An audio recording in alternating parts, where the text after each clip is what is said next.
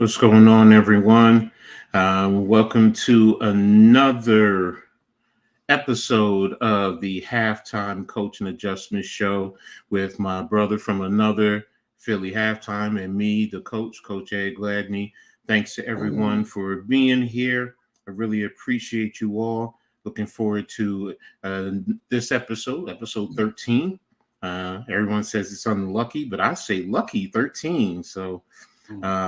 But really excited to go over and talk a little bit of sports, but also hang out with a couple of two old farts, talk about not just sports, but also about life and a lot of things that's going on. But before we dive into it, I want to check in with my brother, see how he's doing. What's up, halftime? How you feeling, man? Doing good, man. Yeah. You trying to show off your goatee? I feel you. I cleaned it up a little bit. Looks I good. make sure there's nothing in it. You know what I mean? Yeah, no, I trust and believe. I understand. As you get older, you start to realize you got to check everything, man. Your beard, your goatee, mustache. If you got long hair, make sure there's nothing that falls into your hair or. Yep. I get it. So yeah, I just got a little. Thursday was my birthday, so I just got another year older. Happy birthday to you. So hope you had a great time on your birthday and you continue to celebrate it this weekend. Crack a couple of beers, chill and relax. You got a Phillies game tonight? Yeah, 7:30. No, okay. He's like 7:30. I don't even pay attention to it. All right. You never know you never know when things come up. Mm-hmm. You know what I mean? Mm-hmm. So I never plan on, hey, something can come up where I can't do it. So been there. Trust and believe. All right, let's check into the chat real quick.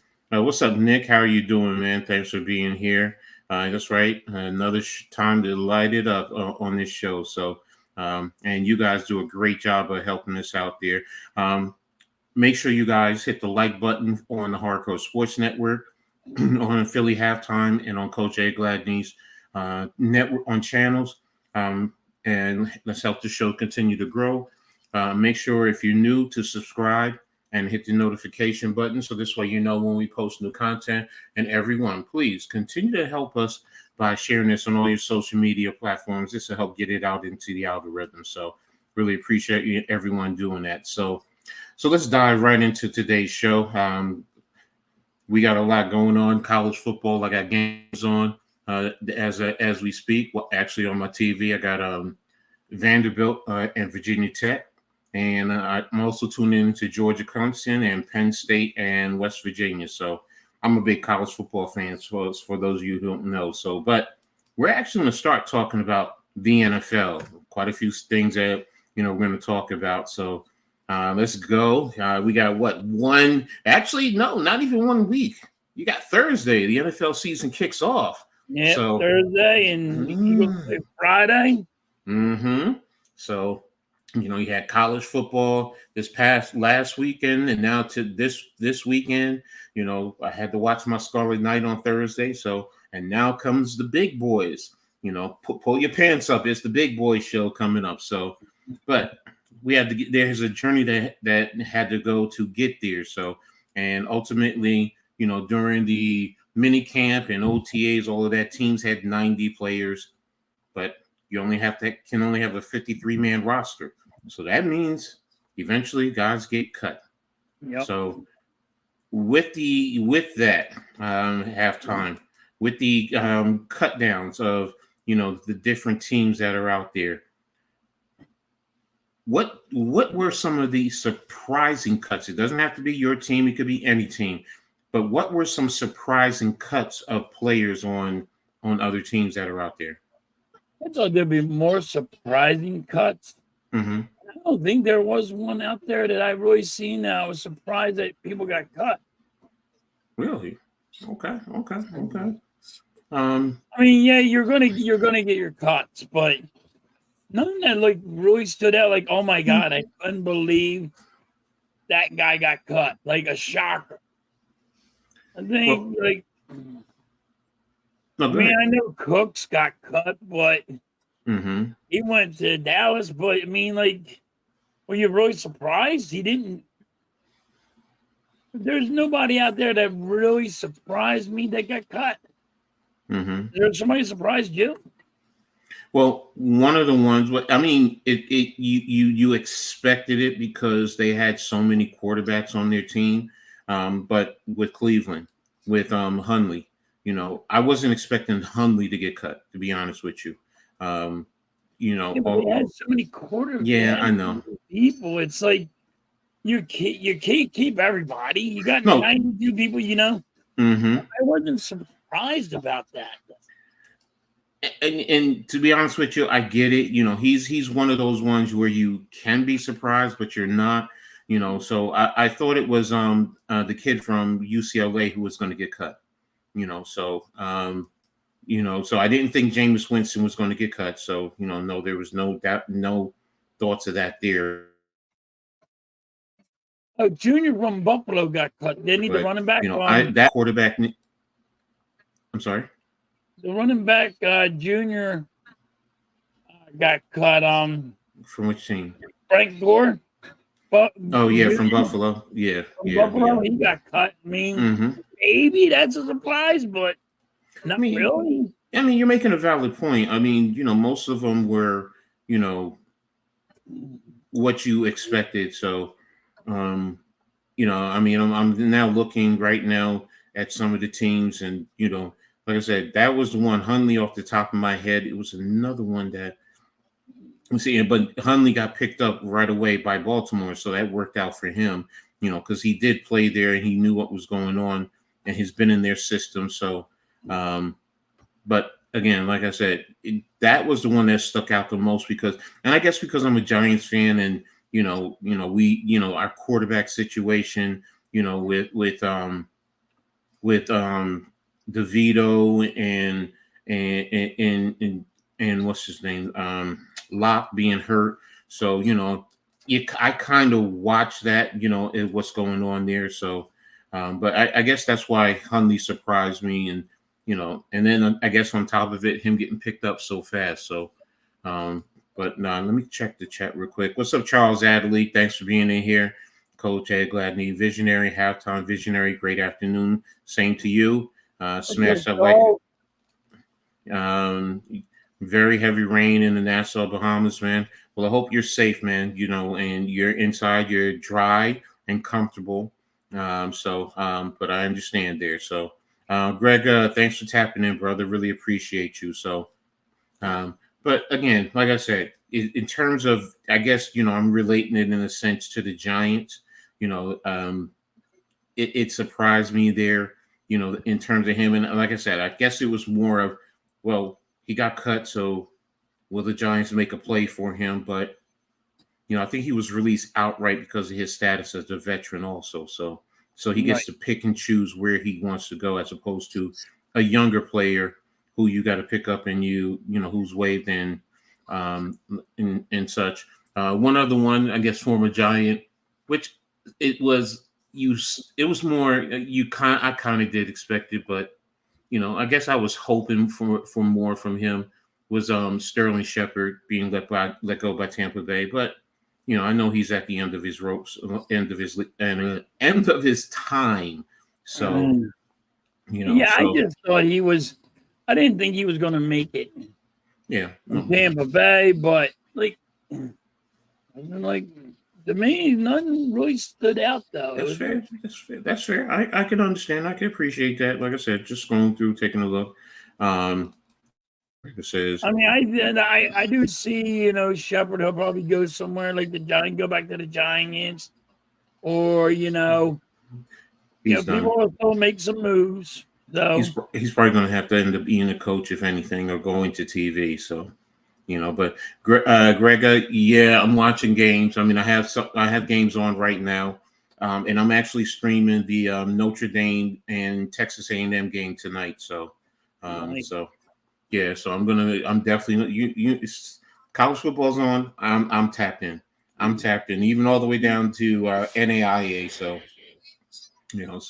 but thanks for asking, and I appreciate that. So, but The next topic, in terms of the NFL and preseason. What are your thoughts about the preseason effectiveness? Do you really think the games were, they really helped the players and let teams see the players that they want to bring into the roster that could help them overall, as opposed to in the past? Because what I'm talking about is the preseason where it has 3 games versus 4 games. That was a big thing to me, in reference to it. Did I forget something? Oh, I did jump over something in terms of cuts. Let me go back up. I do apologize. Any waiver wire claims that you think can help a respective team? Like I said, like I just talked about Hunley. I can talk about the Giants, because we were bringing in guys left and right, especially in the defensive backfield, and it just seems like no, these guys are not going to help the team. And they literally turned around and you cut guys right after you just brought them in, or you cut other guys who, you should have kept him over the guy that you just brought in. But were there any waiver wire claims, whether it's your team or another team, that you think can help that respective team? Really, not to me, not really. Like, I seen what you guys did, and I'm like, I thought that guy that you guys got rid of would be better, but it didn't. Like, we're talking about protecting the backups. You know what I mean? Some of the backup players, I thought would be better, but not really. Not even off the waiver. Why? Waiting till somebody. I gotta wait until somebody gets hurt. You know what I mean? To find out. All right, this guy's going to shine for this team. I don't think there's nobody. It's been really weird this year because normally there's a shock. Hey, that guy got cut, and it's really been so bland. No moves have really been made. It's been bland this year. This year, normally something's happening. Somebody gets let go because they're making too much money. That they just say, we're going to cut this guy. Like the Eagles would have cut Bradbury, but he got injured. I don't think Bradbury would have made the team. I don't think you can cut him. I think you can only trade him because he makes so much money. But, it's, a little weird right now. I didn't see nothing like really that stood out. You're making a valid point, man. I mean, with the NFL right now, I mean, there's nothing all shocking in a sense, in terms of what's up, David Burns. Thanks for watching from Cedar Hill, Texas, man. We really appreciate you. So make sure you hit that like button for, the network, Philly Halftime, and myself. So we really appreciate you. Thank you, brother. But yeah, no, I mean, you're making a great point in terms of the claim. So, a lot of the moves, they seem to be expected in a sense. You go through and you look and, I'm like, well, I could see, it might be a good claim or, that might be a shocking cut.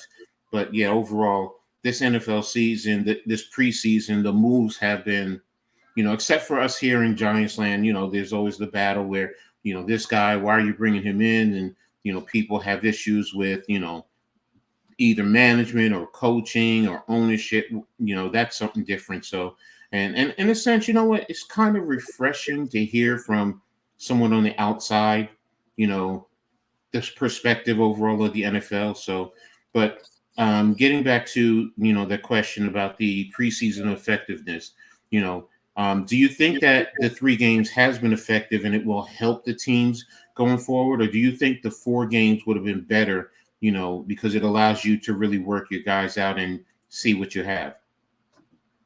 I think I don't like the 3 game, but I'm old. You know what I mean? I like the 4 game because I still think that you should see what your starters have. I think like when you get like a new offensive coordinator, a new defensive coordinator, a running back, or offensive line, like when you go get new toys, you got to get them in sync. Like the Giants went and got a whole offensive line. Mm-hmm. All right, you went picked up Long. You went and picked up with the guy. What's the offensive guy for the Raiders? Oh, Illuminor. Yeah, so you went and got an offensive line. You went and got a running back. Now you have a new running back, new offensive line. And Daniel Jones has to sync with these guys. He has a new wide receiver he needs to sync with. Mm-hmm. I think you need 4 games for that. Mm-hmm. You don't have to play them the whole game. Not saying that.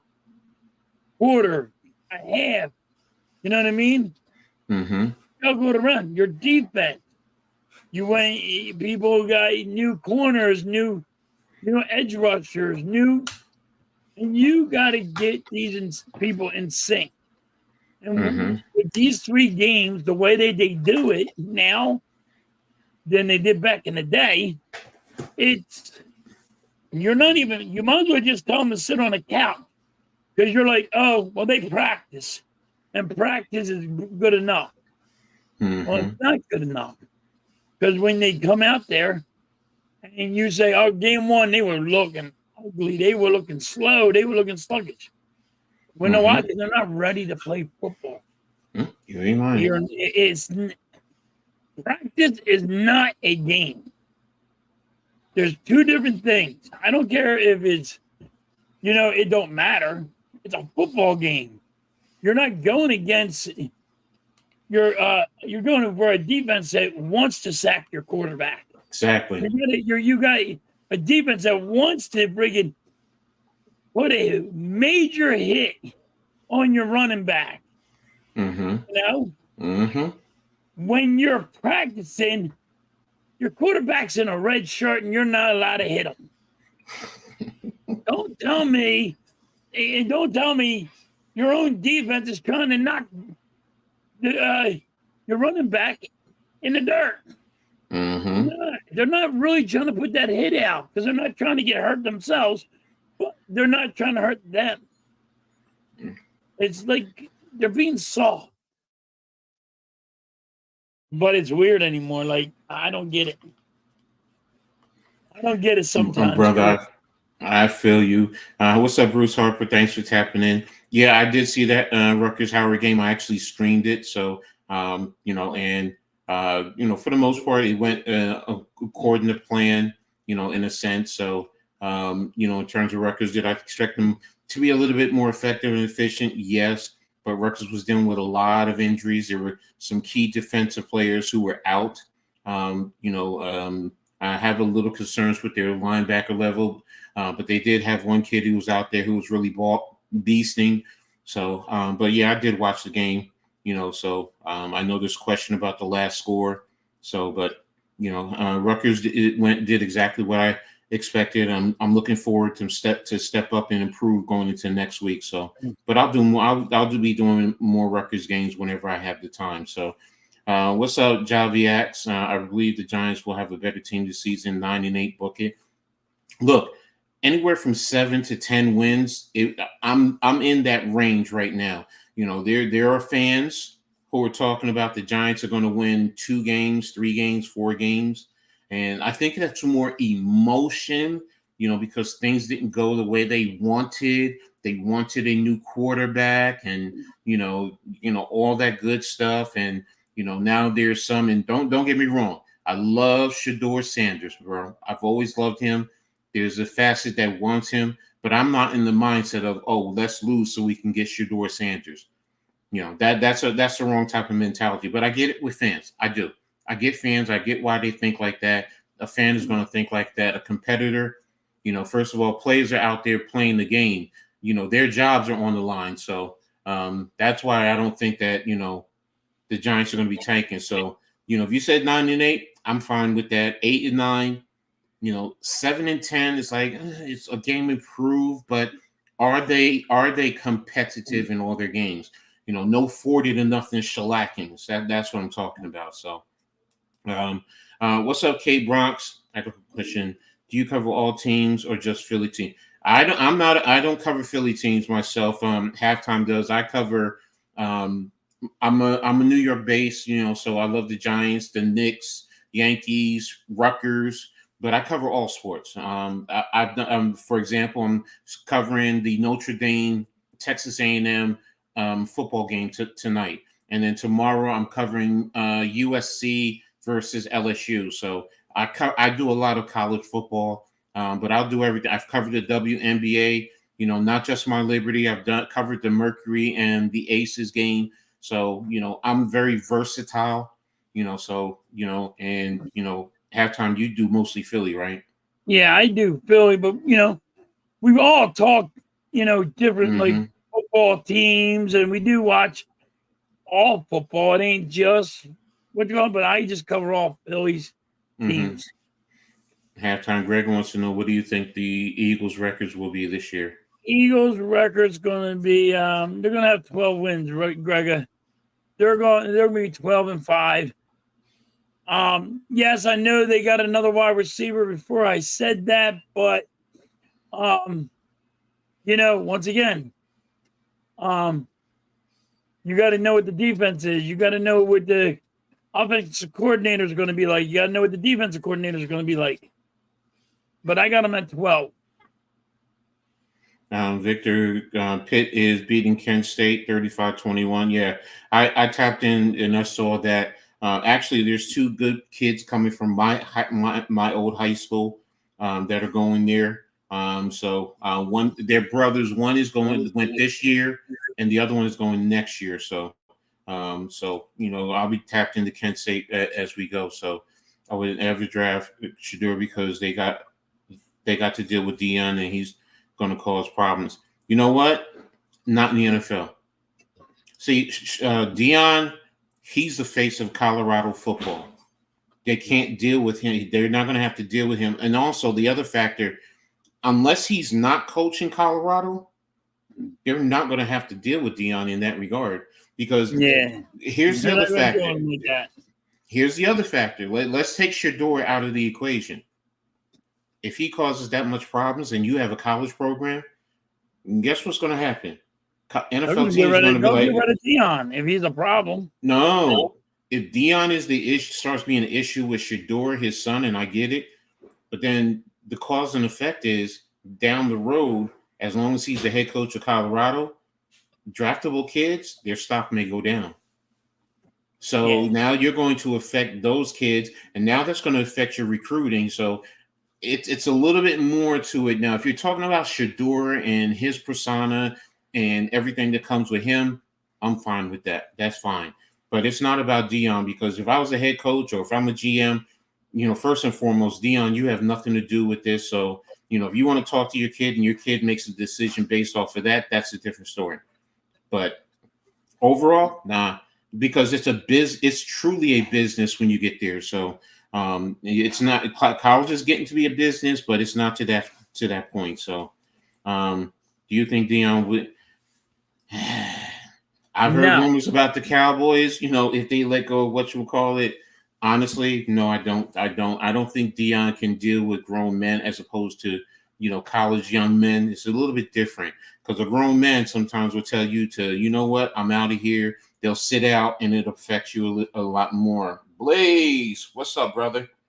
Yeah, Greg, I don't think Dion can make it as a head coach in the NFL.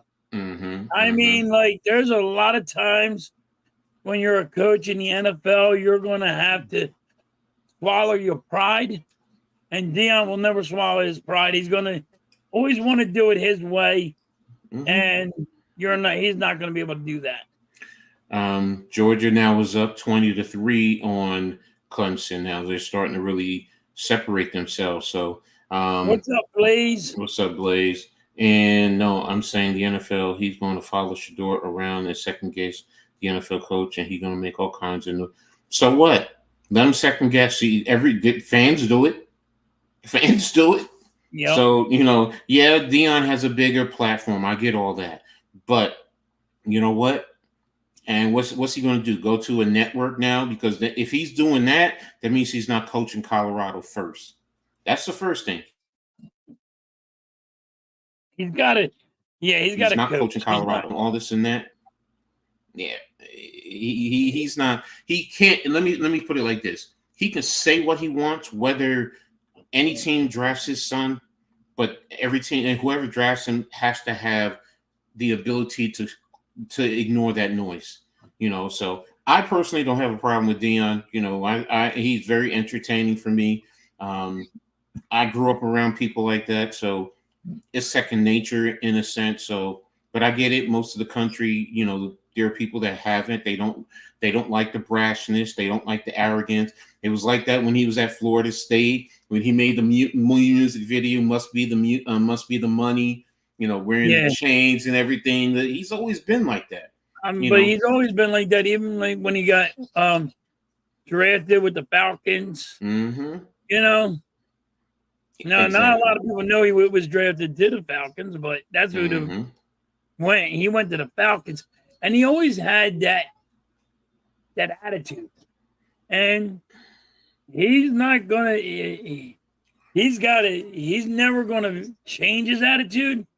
But they're not gonna sit there and say, "Well, just because you say it means this is gonna happen." And see, just like you just said that, you said he has an attitude where some people will say it's an attitude, other people will say it's confident. It's just strong confidence. Right. So and a lot of people will say it's an attitude. Yes, I get it. Listen, everybody has a chip on their shoulder. Mm-hmm. So if it's that, then but they'll swat it away. Whatever he tries to do, they'll swat it away, and they'll figure it out. Now I will say I think his son's gonna be really good, but who knows? I will say this right now. This season is going to determine his draft status because I was talking about him, and I looked at Colorado's schedule, and I question if they're going to win a Big 10 game. I mean, a Big 12 game. He might win one, he might win two, maybe. But all in all, Colorado may be lucky to win a total of 4 games, and I'm saying that's their ceiling right now. When I look at their schedule, they still have issues on the offensive line. Their defense, I still have questions about, and you're relying pretty much on him and what's his name? What's his name? The defensive back wide receiver. Oh my gosh, why am I forgetting his name? That's what happens when you're an old fart like me. So. But I do get where Cabrons is coming from. So and it's a very fair argument. So all I'm saying is that I pity the team that drafts Shedeur because his father will be involved and cause problems for everyone, including Shedeur. Well, again, like I said, I get where you're. Go ahead, bro. I get where he's coming from because if you look how Dion was with the Falcons, Dion caused problems over there. Mm-hmm. That's one of the reasons why they traded him. Mm-hmm. He was always with the chains, and he was sitting there. It was like money. Mm-hmm. And is he going to have the same attitude with his son, or is he going to make his son have the same attitude, or But I agree with him too. I'm like, I think it could hurt a team bringing them in. That's fair. But also whoever drafts him are going to have to say, yo, it's not going to happen like this. Mm. You are not going to be what you think you're going to be around here. Mm-hmm. If your daddy has something to say for it, that's going to be a problem. Is that going to be a problem? You know what I mean? It also depends. They're going to say, is that going to be a problem? Is your dad going to have be a problem me drafting you? It's also the market. Because I'm going to be honest with you. If he was drafted into the Philadelphia or the New York market, it don't matter what Prime says. The fan base, they will tear him apart. So he can cause problems for the team, but the fan base will get right after him. So that's why I'm saying, I get it. I understand where you're coming from, K. Bronze, and it's valid. So, he does have a good point. Yeah, no, it is very valid point. Grega, I'm going to touch on that in a little bit, so just bear with us. So, um, no, I get you. Yeah, in a sense, Shador does have the talent, man. He definitely has the talent. Um, so it's more in the mindset, So, but he's been raised for it, so that's a fair point. If he's drafted to it, yeah. So I would say this: the perfect market for him, Dallas. He's played high school ball in Texas. They live in Texas. They know Texas. I think that's where they would really want to be in the first place. I Dion think wouldn't it'd be a be problem. Houston. I thought it'd be Houston, but Mm-mm. you know what I Remember, mean? remember, Dion is very close with Jerry Jones. Also, he played for the Cowboys. He did play for the Cowboys. It would be the right market and team in a sense, and Jerry Jones will bend over backwards to appease them. So I'm just saying. I'm not saying he's No, he must have going there. heard. I'm just saying as a team. But let's get back to the other points. What are your thoughts on your team's preseason? How do you think it went? Well, I'm hoping nothing happens to my freaking quarterback because Mm, my backup can't throw the friggin' football. Um, that's what I had seen in my preseason. mm, The Eagles made a trade with Washington, got another wide receiver, mm-hmm. and I mean now I think I got 3 wide receivers that can get 1,000 yards. I mean, I Okay. think all 3 of them can get over 1,000, get to 1,000 yards. I have a number. I got a 5 tight end, and Dallas Goddard still got it. Mm-hmm. Mm-hmm. But I don't know what my offensive coordinator and Jalen Hurts is. Everybody's going to be on the same page. I don't know what's going to happen. Mm-hmm. Okay. Okay. So that's going to be exciting now to watch. What about defensively? How do you think you guys are going to do? Um, I, coach, you know me about the bend but don't break defense. Still don't trust it. That friggin' Vic Fangio. Hopefully, he proves me wrong. Like he don't play all. The guys are not playing off like they were last year. Mm-hmm. They were like playing 10 yards off. Now they're playing about 5. They're playing a little bit tighter. And I'm Mm-hmm. okay with that. I'm Mm-hmm. okay with that.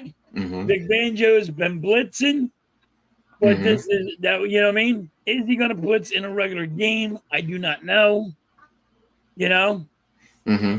is he going to be able to stop or is he going to scheme for stopping the run? You Mm-hmm. know, Mm-hmm. Mm-hmm. there's a lot of check marks on my defense. And that's Okay. why I only got us winning 12 games, is because I think we're going to win a lot on talent Mm-hmm. on our team and not the coaching. But if I'm Gotcha. wrong and we go like, if we lose like 3 or 4 games right off this thing, Nick Mm-hmm. Sirianni has to go. Mm. He is Okay. on my hot seat. Okay. But Okay. then again, I never liked the guy because he said when he first got here, he said we had to groom and bloom a flower or whatever the hell he said. Mm-hmm. You know Mm-hmm. what I mean? Like, this is football. What the hell are you talking about? Freaking growing a goddamn flower. I don't even Well, understood it. I never even understood it, man. you brought up a. I'm going to give my thoughts after this, but you brought up a great another segment that we can explore, because it kind of touches on the Giants too, where you talked about coaches, the perception or the reality of coaches on the hot seat. You know, Yes. so if Sirianni is in trouble, who would you think would be the right replacement for him, or do you have someone in mind? I do not have nobody in mind, but if you're doing it, because they do sometimes they'll do it in the season. Mm-hmm. If he does it in the season, you'll put You can put the offensive coordinator or the defensive coordinator in there just for the year, and then go looking at a coach. Mm-hmm. But Kellen Moore or Vic Fangio, if you're doing it in the season, hopefully you don't do it in the season and you don't like getting off the season, then you do it then. Mm-hmm. But then you could actually look for a coach. I do not think Kellen Moore would be a great coach, but I could be wrong. Okay, that's fair. That's fair. He's young. I know he's young, and everybody says, "Oh, he'd be a great coach." What tells you he'd be a great coach? He wasn't that great of a coach and offensive coordinator with Dallas. He wasn't that good with the Chargers because they got nowhere with them teams. Mm-hmm. So we just got to find out what we have. That's like it's the question mark. Big question marks is the offensive coordinator, defensive coordinator. I will say this too about head coaching. It's totally different than being a coordinator. Yes. All coaches have to motivate men. Let me say this. But so one thing that a head coach has to do is also motivate his coaches. He really has to be able to, they all have to be aligned, and he has to be able to motivate them just like he has to motivate the players. And, right. Sometimes you can have a great coordinator who's friendly with certain players, they know how to call the game, but running running a football team is like running a business. It's totally different. It is about more motivating than the X's and O's. It's a bit more about the situational aspect because your coaches are calling plays based off of what you're thinking as the CEO of the team. So it's totally different. For me, Dable is with a lot of Giants fans. Dable's on the hot seat, whether it's legitimate or not. For me, he's not. But there are, and if they don't win, yeah, I do see a change coming. I can see a change coming. Let me put it that way. And there's a facet, and I think there's a large facet of those who want to see a coach change, who want to see Bill Belichick come in here. Personally, if you went there, to me that ship has sailed. But I get it. Because of his legacy within the Giants organization. Yeah, and he was already there before. Yeah, and how close he is with the Mara. So I do understand that. But I also say, well, how much time are you going to get with him? Because you bring him in, it's not like he's going to change the ship in one season. It's going to take at least 2 years tops to really right the ship. And then once you do that, then you're going to try and compete with the other teams in the conference. So, can you get 4 to 5 years out of him? I'm not saying, if you do a coaching change, it's going to take 4 to 5 years. But when you look at a man who's in his 70s now, that's the first thing that comes to your mind. Can you get 4 to 5 years out of him where someone in their 40s, 50s, 60s, at least you're saying, okay, I can get it. The hot seats, I say Dable is from many in the fan base, or quite a few in the fan base. Yeah, he's on the hot seat, but there's also a facet that's like, nah, he's not on the hot seat. He's perfectly fine. So. I will say, and I have said this to you, with your GM, that dude's on the hot seat. Well, if he's on the hot seat, so is Dable. Yes, they came in together. Yes, but he's on a hot seat. I think he's more on a hot seat because of getting rid of Barkley, Saquon Barkley. What was that?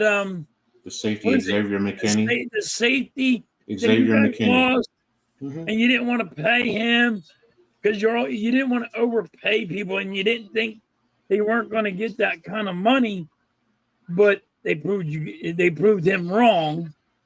So it was your safety, right? Yeah, it was Xavier McKinney. But here's the thing, though. Remember, this is a business. If you resign Saquon Barkley, you don't get Brian Burns. You don't get the offensive lineman that you get. Yep. So it's like, okay, well, there's a catch-22. I get it. No, it's not for me. I love Saquon Barkley. Do I wish he was still a Giant? Of course I do. But you know what? In football, and I've said it and I'll continue to say it, you cannot win unless you have your trenches secure.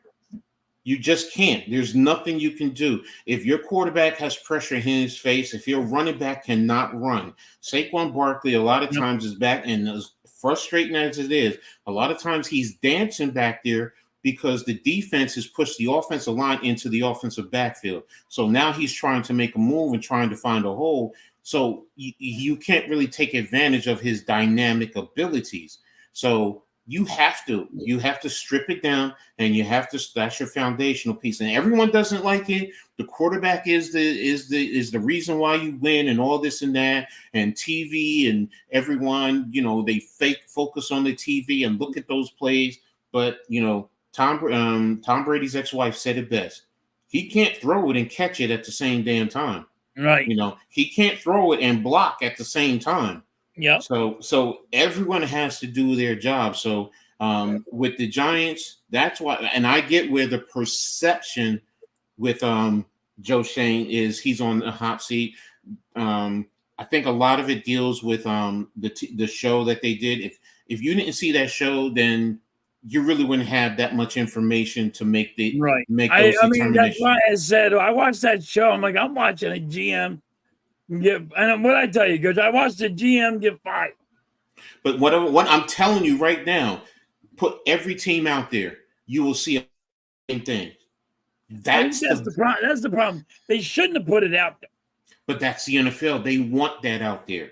That's the problem. It's like, first of all, it's like some teams are never going to show you what happens inside. But to me, all right, even if you don't even say, I agree with you. You need an offensive line. You went and got an offensive line. You had to get rid of Barkley for that. You know what I mean? Mm-hmm. But I think you should have kept your safety. You can't because of the money he's going to get. But he got paid. What did he get paid? 17? I think he got. Yes.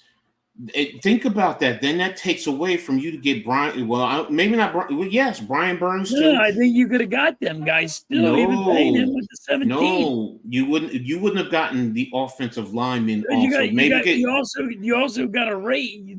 The salary cap came up. But what I'm saying is, look. Okay, he got what? I think he got close to $30 million, if I'm not mistaken, a little over $30 million. Who? Now, Brian Burns. Yes. And if Xavier and Saquon Barkley are $30 million right there alone, those two players. Well, no. I said if you just said, okay, we can't afford Barkley, you could have got the Brian offensive Burns. line. I think you could have got the offensive line and kept your safety. But you wouldn't have gotten Brian Burns. No, I think you could have got him. No, you can't. Philly, halftime, you wouldn't have got him and been able to keep Xavier McKinney. You just wouldn't. Financially, it's not feasible.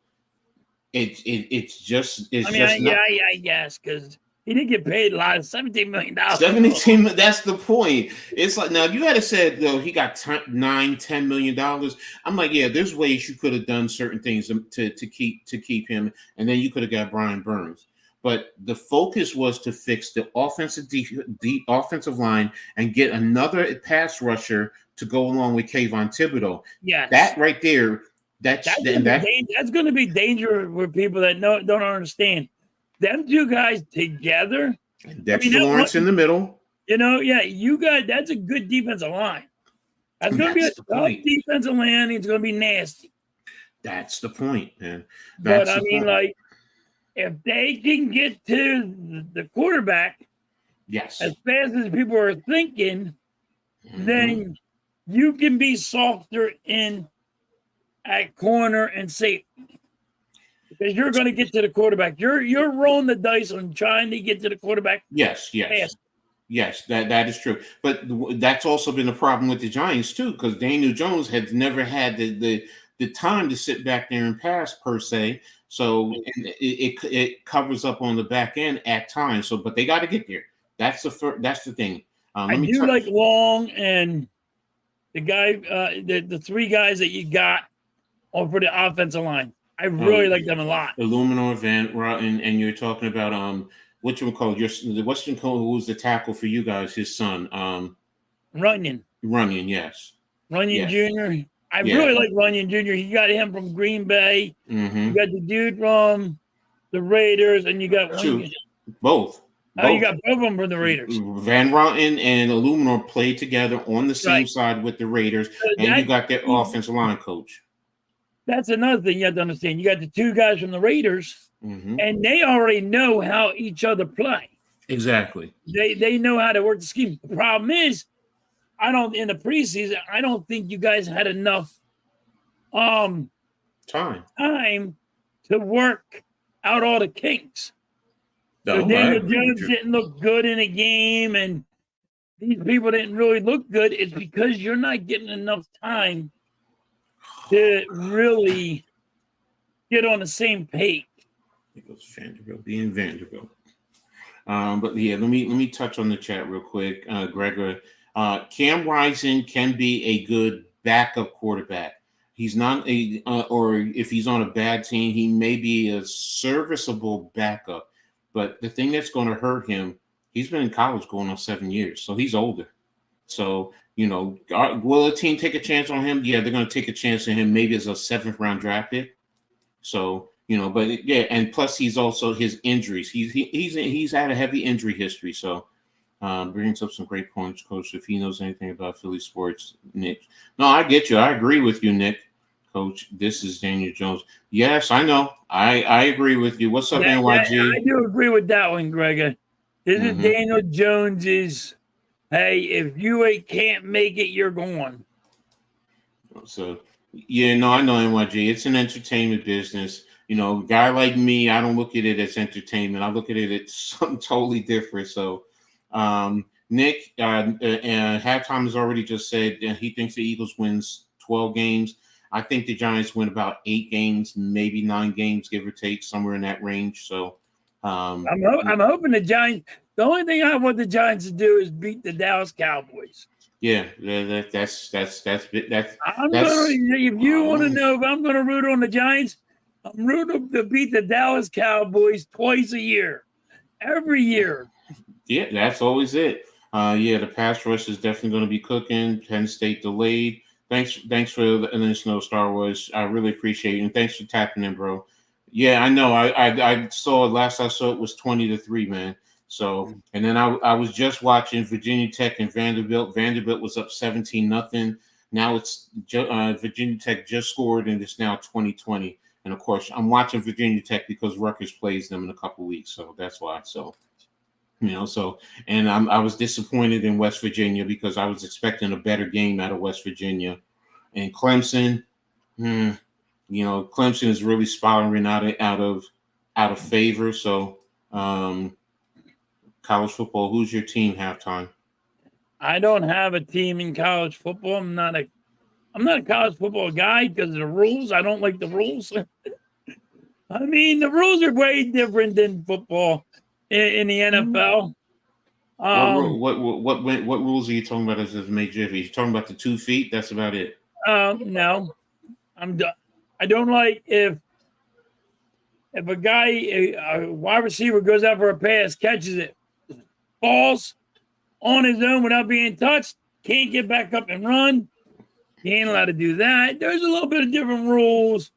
I get you. I'm like, dude, get up and run. They're like, well, no, he's down. Why the hell is he down? Like, get your ass up and run. Bro, Here's the thing, though, then, if that's the case, the NFL is the only one that does that. If you go to youth football, you go to high school football, if you go to college, they all, when you go down, and I get it, it's the carryover from years past where your progression. And I get what you're saying. But I get what you're saying now. But there's different ones, but I don't like. You get to see some good teams. I've been watching a little bit because I got to try to figure out who's going to be drafted and where they're going to be. So I've been watching a little bit, but it's not like I got enough sports to be watching. I don't have enough time to watch everything. Yeah, he's not like me. He's not, I'm passionate about the college football. I could take I'll take college football over the NFL any day. I mean, y'all can have the NFL, y'all can do your thing, enjoy it.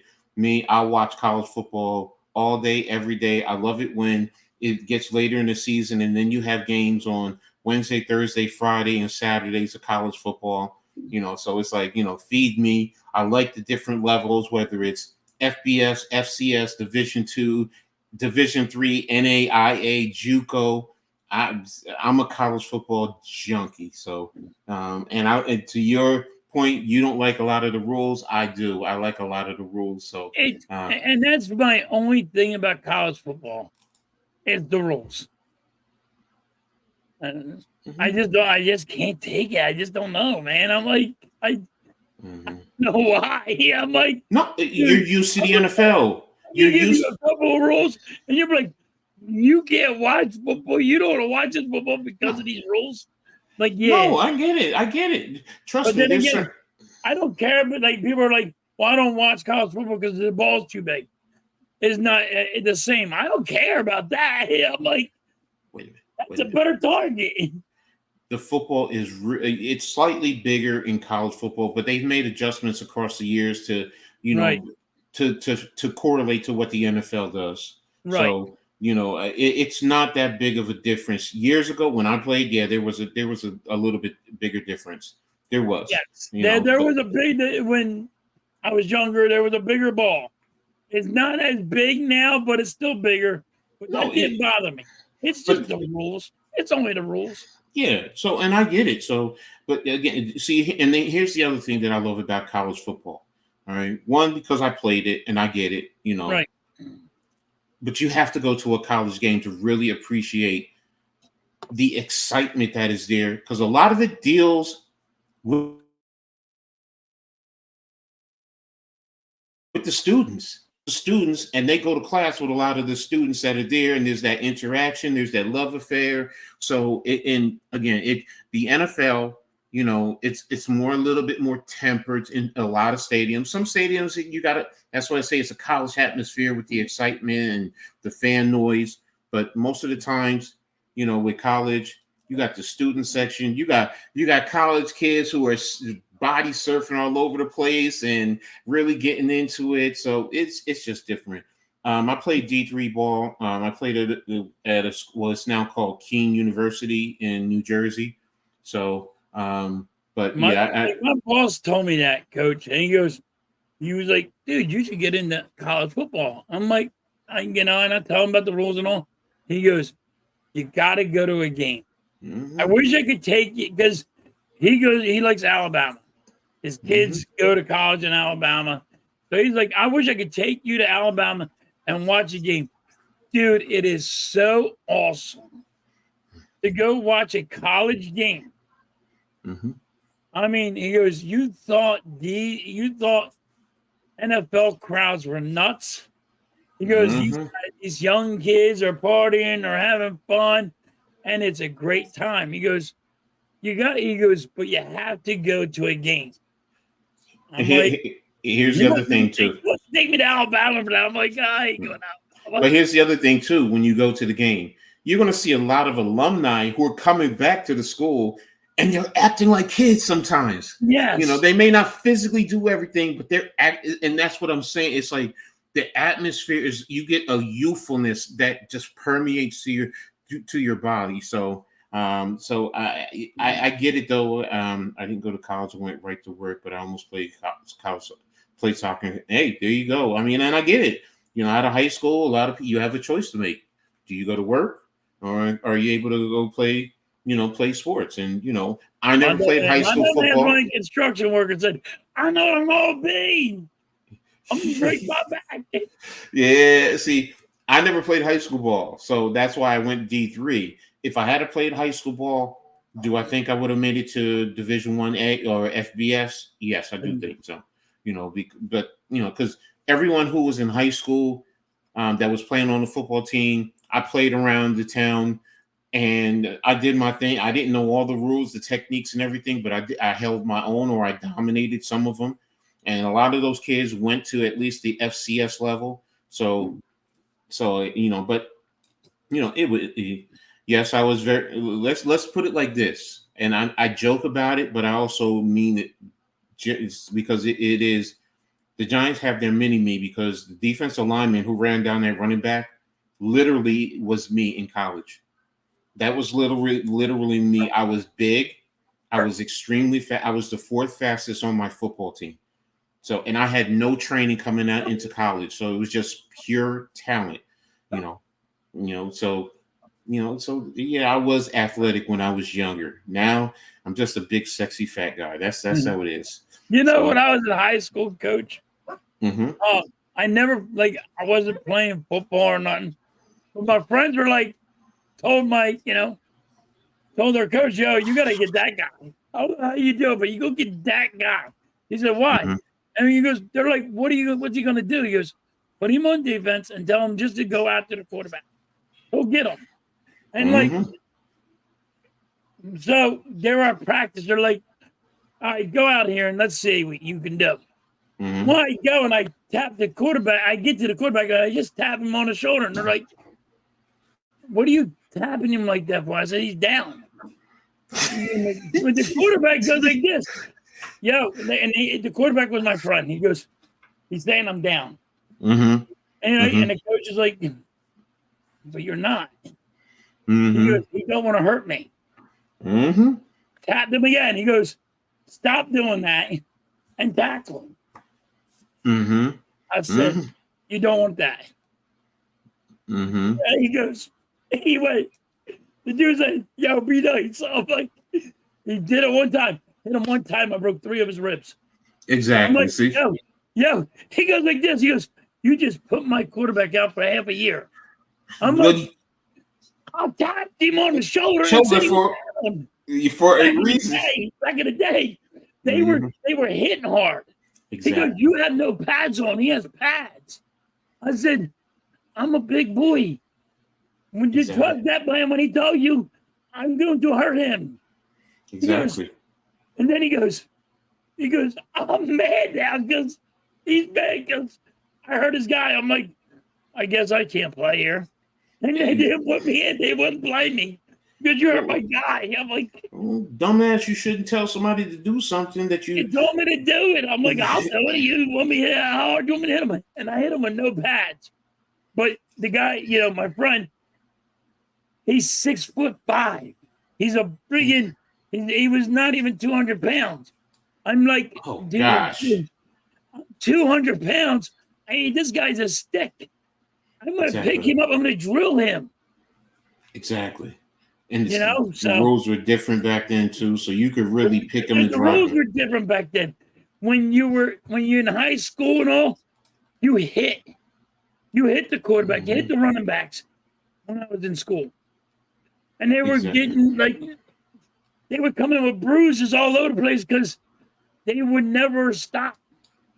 Now this day and age is like, don't hit the quarterback, don't hit the quarterback, don't hit the quarterback. Yep. I'm like, we didn't have that back in the day.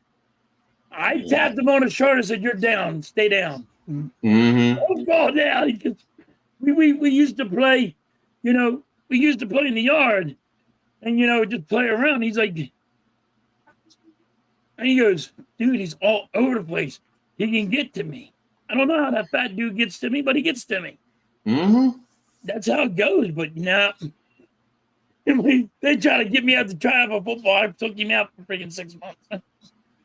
Yeah, exactly. So, and you got to be careful what you ask for. So, we're going to touch on the Phillies in a little bit, Star Wars. So, let me see. He said, oops, what the heck is going on with my mouse today? Here we go. Halftime play basketball.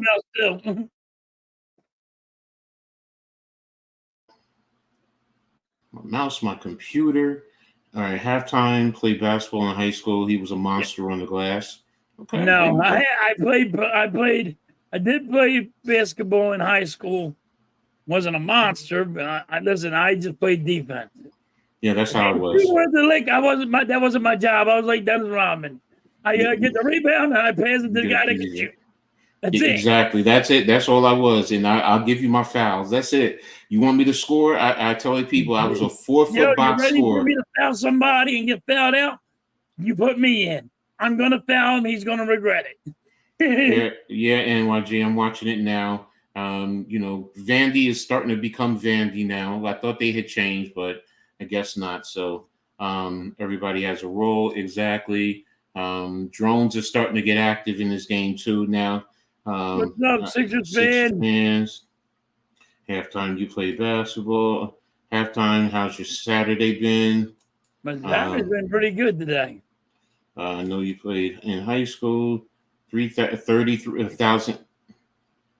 I don't know what that means. I don't know what that is either. So, what can you possibly talk about the Phillies? I want to see coaches halftime one-on-one in basketball. I will say this. All right. When I was physically able to, because I know I'm taller than halftime, that's about it. Other than that, I have no skill at basketball. If he can dribble, he can beat me. I can tell you Listen, that. But the now, only could I? thing I can do is don't try to go into the fucking hole and try to see you want to slam on me because you're not. Well, see You're now gonna, that was it. listen, you might slam on me, but when you're coming down, you're gonna get hurt. Well, it's I that was thing. saying, That's the I was only thing I saying, could do. In high school, that was the only thing I could do. I could slam. I could definitely slam the basketball. I had I up, was saying but with me that because was it. you're gonna get hurt. But It's no not going dribble, no down nothing. good for you. Exactly. So There was big guys that were like, yo, that dude, like, he's trying to play football out here. He goes, that dude's just rough. He goes, how come yeah. nobody calls nothing on him? He goes, he didn't foul you. But he plays rough. He goes, he's gonna hurt somebody. He goes, all right. Playoffs. That's when the season. Yeah, we're gonna touch all on the Phillies. Just hold off on your Phillies comments and questions.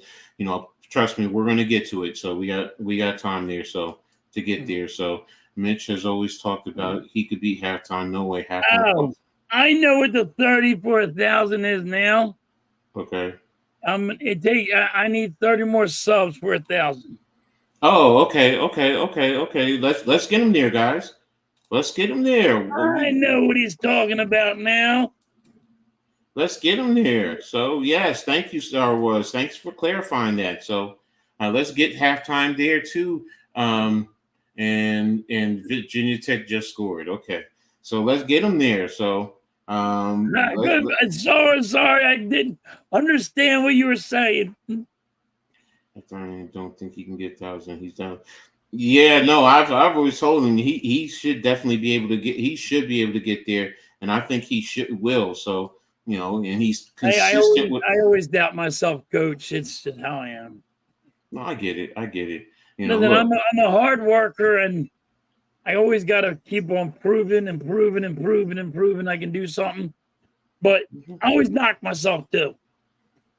What they say? Don't knock the hustle, baby. Don't knock the hustle, man. Mm-hmm. So look, you're gonna get there. You're gonna get there. So let's see.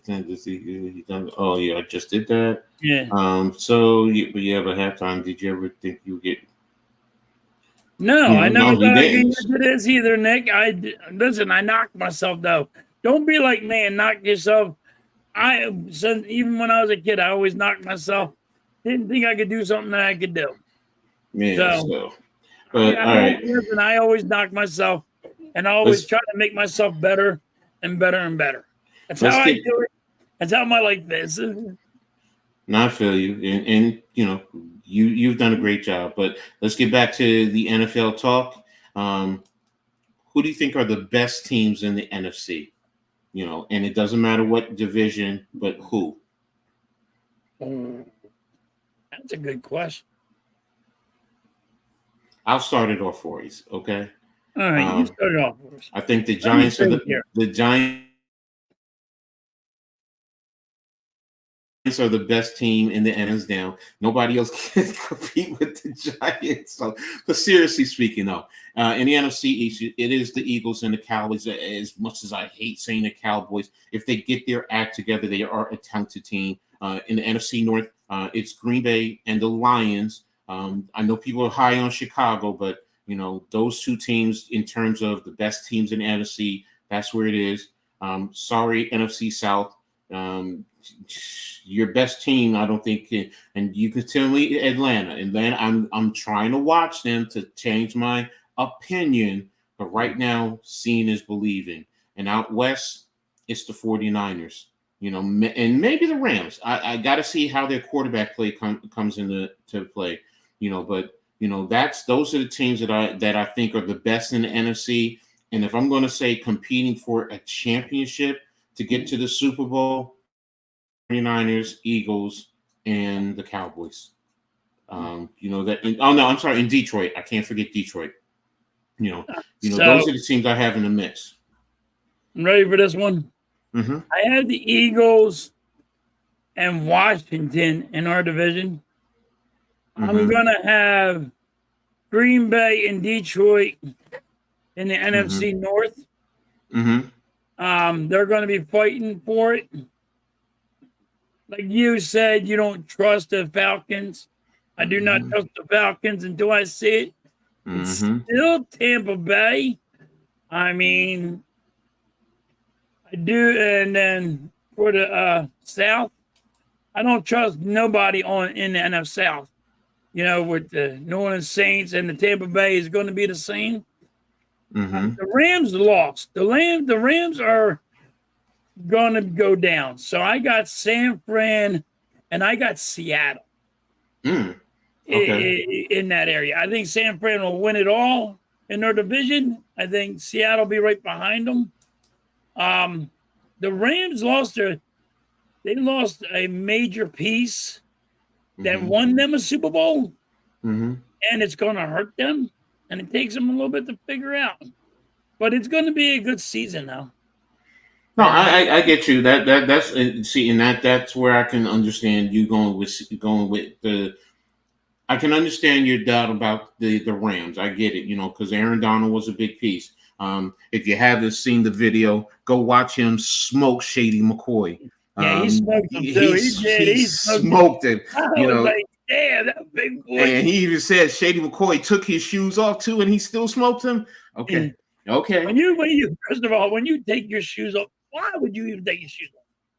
Because it does help you run faster. Yeah, but when you're on the road, it kind of hurts you too. The rock, maybe a rock or something. You know what? I grew up walking outside barefoot, man. So on concrete, running on the road. So for me, but I get it. I get it. If you're talking about running on sharp rocks, glass, things I'm just talking about regular concrete. Nah, man. But Aaron Donald smoked him. It didn't matter. Shady tried everything he had, and Aaron Donald friggin' smoked him. That's embarrassing, though. That's embarrassing. McCoy's been out. It weighs 300 pounds. Smokes you. Aaron Donald's not that big. Aaron Donald's about 280, 275, man. Seriously. Okay, but Shady McCoy has gained weight, though. If you told me he's about 240, no, if you saw that was about 240, he legitimately is about 240. So, but then he better go on a diet. What? Because he got smoked. Wait a minute. Packers Eagles game in Brazil faces possible cancellation due to wildfires. Ooh. Yeah. Ooh, I didn't hear that. That would be great. Bring it back to Philly or bring it go. But that means you got to try and you have to make that game up, win, and that puts the whole league in a quandary because you're gonna it's supposed to be Friday. Yeah, so I mean, now do you fly back for a Sunday game, and who's the home team in that game? Eagles. So do you fly back and you just do it in Philly? That's if the stadium is open. So do you fly back now? See, first of all, you're going to fly back. Availability of the stadium. I could see them saying we're going to have to play it on a Monday. Just to get everybody and get the field lined up, because we're going to get another Monday thing. Yeah, so we already played Monday. This Monday, then we play Monday. Then we play the Falcons on a Monday, and that's going to be rough. That's going to be interesting to watch. So, but thank you, Star Wars, for letting me know about that and letting us know about it. So, Vanderbilt is moving, but they got their time is running low. They got 3 timeouts, 2:48 and counting, and they're over the 50 now. So they're moving. So as Rutgers Scarlet Knight, I'm really intrigued because Rutgers plays Virginia Tech. So that's why I'm deeply into this game. So, but so we touched on the best team. Now I asked for the NFC breakdown. What do I mean by that? Per division, how do you think each division is going to play out? Where's everyone going to be seated? So, do you want to start or you want me to start? The AFC East,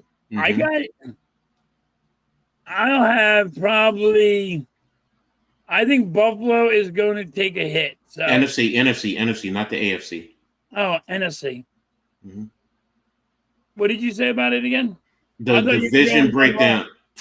The division breakdowns like the NFC East. How do you think that who's going to be in first, second, third, and fourth in each division in the NFC?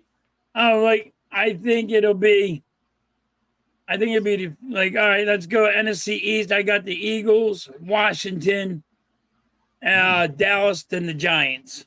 Okay. Hopefully, I'm hoping the Giants actually beat Dallas. I think Dallas is going to have a bad year.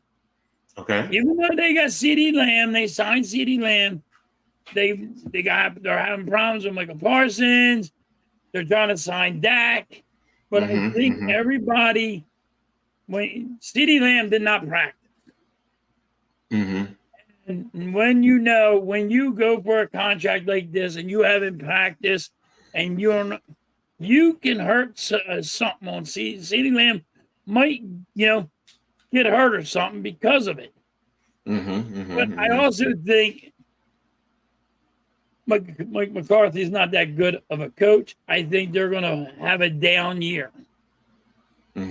But I said this last year on them, and they didn't. But then and then if you go to the NFC North, I have Detroit, I have Green Bay, I have Chicago, and I have Minnesota last. Now, why do I have Minnesota last? Their quarterback's hurt. They lost a corner. They lost a quarterback. They're hurt. They got injuries. But that's going to be the NFC North is going to be an interesting one to watch because I think Detroit's going to have a lot of wins this year. I like to see what they did. NFC South sucks. I don't even know what's going to happen with that team. The dog is saying agreeing with you. You're like, yep. I mean, you got Tampa Bay. You have the New Orleans Saints. I mean, all these teams are pretty bad. I say you're probably going to Tampa Bay, New Orleans Saints, the Atlanta Falcons might. I'll put Atlanta Falcons at second. So it'll be Tampa Bay, Atlanta, New Orleans, and the Panthers will be last. Okay. I don't trust the Panthers. They have not shown me they made a move to actually even win a game. So. And what about West? Oh, and I have Seattle, 49ers, the Rams, and then the Cardinals. Talk your talk. Seattle first. Wow, that's big right there. I got Seattle beating the 49ers. I think the window is closing fast on the 49ers. I think it's just they're going down. I think the 49ers are done. You spent all that money on these guys, and I think it's just going downhill. Okay. I think the 49ers windows are closing. Okay. I respect you going too, and I can see it because there's one big key that is a reason why it could go downhill with them. But let me give you my breakdown. You got Brock Purdy's contract that's going to come up. How you can't keep on paying all these freaking people. Okay. I'm going to give you my breakdown, okay? All right. And I'm going to start out west, okay, in the NFC West, okay? Okay. I understand why you're coming with Seattle. San Francisco right now, if they don't get Trent Williams in, I think they're going to be in trouble. I think that could be a problem that brings them back down to the pack in the NFC West. But right now, if you get Trent Williams in, to me, they're the number one team out there. I have Los Angeles Rams number 2. I have Seattle number 3, and I'm sorry, Max, I have Arizona 4. Now, just like Arku is saying, Arizona can surprise some teams, and it depends on Kyler Murray, but right. But you got to roll the dice with Kyler Murray. Yeah. So, but right now it's they're right now. I have to have them in the last, not just based on last year, but I'm looking at the whole division. So, that's how I think about it. In the NFC South, I have Atlanta actually leading the division, and Vanderbilt scores a touchdown. I have Atlanta winning the division, Tampa Bay coming in second, the Saints third, and the Saints and the Panthers I think are right there. Or the Panthers I think are a little bit better, but it'll be the Saints and then the Panthers. In the North, I'm pretty much with you. It's Detroit, Green Bay, Chicago, and then Minnesota. Now, Right. if Aaron Donald is the serviceable quarterback, it's going to be a tight race between those two teams in terms of bringing up the rear. The other two, I think there is that big gap between those two teams. There is a big gap between them two teams. Yes. And in the NFC East, it's Philly, it's Dallas, it's the Giants, and it's Washington. I like that one. Yeah, so I mean that's how I see it right now. But let me also get back into the chat and get caught up with them. So I just highlighted everyone, but Greg hates the international games. Isn't Brazil a soccer country? No, they're a beautiful lady country. But yeah, no, they're a soccer country. Hey.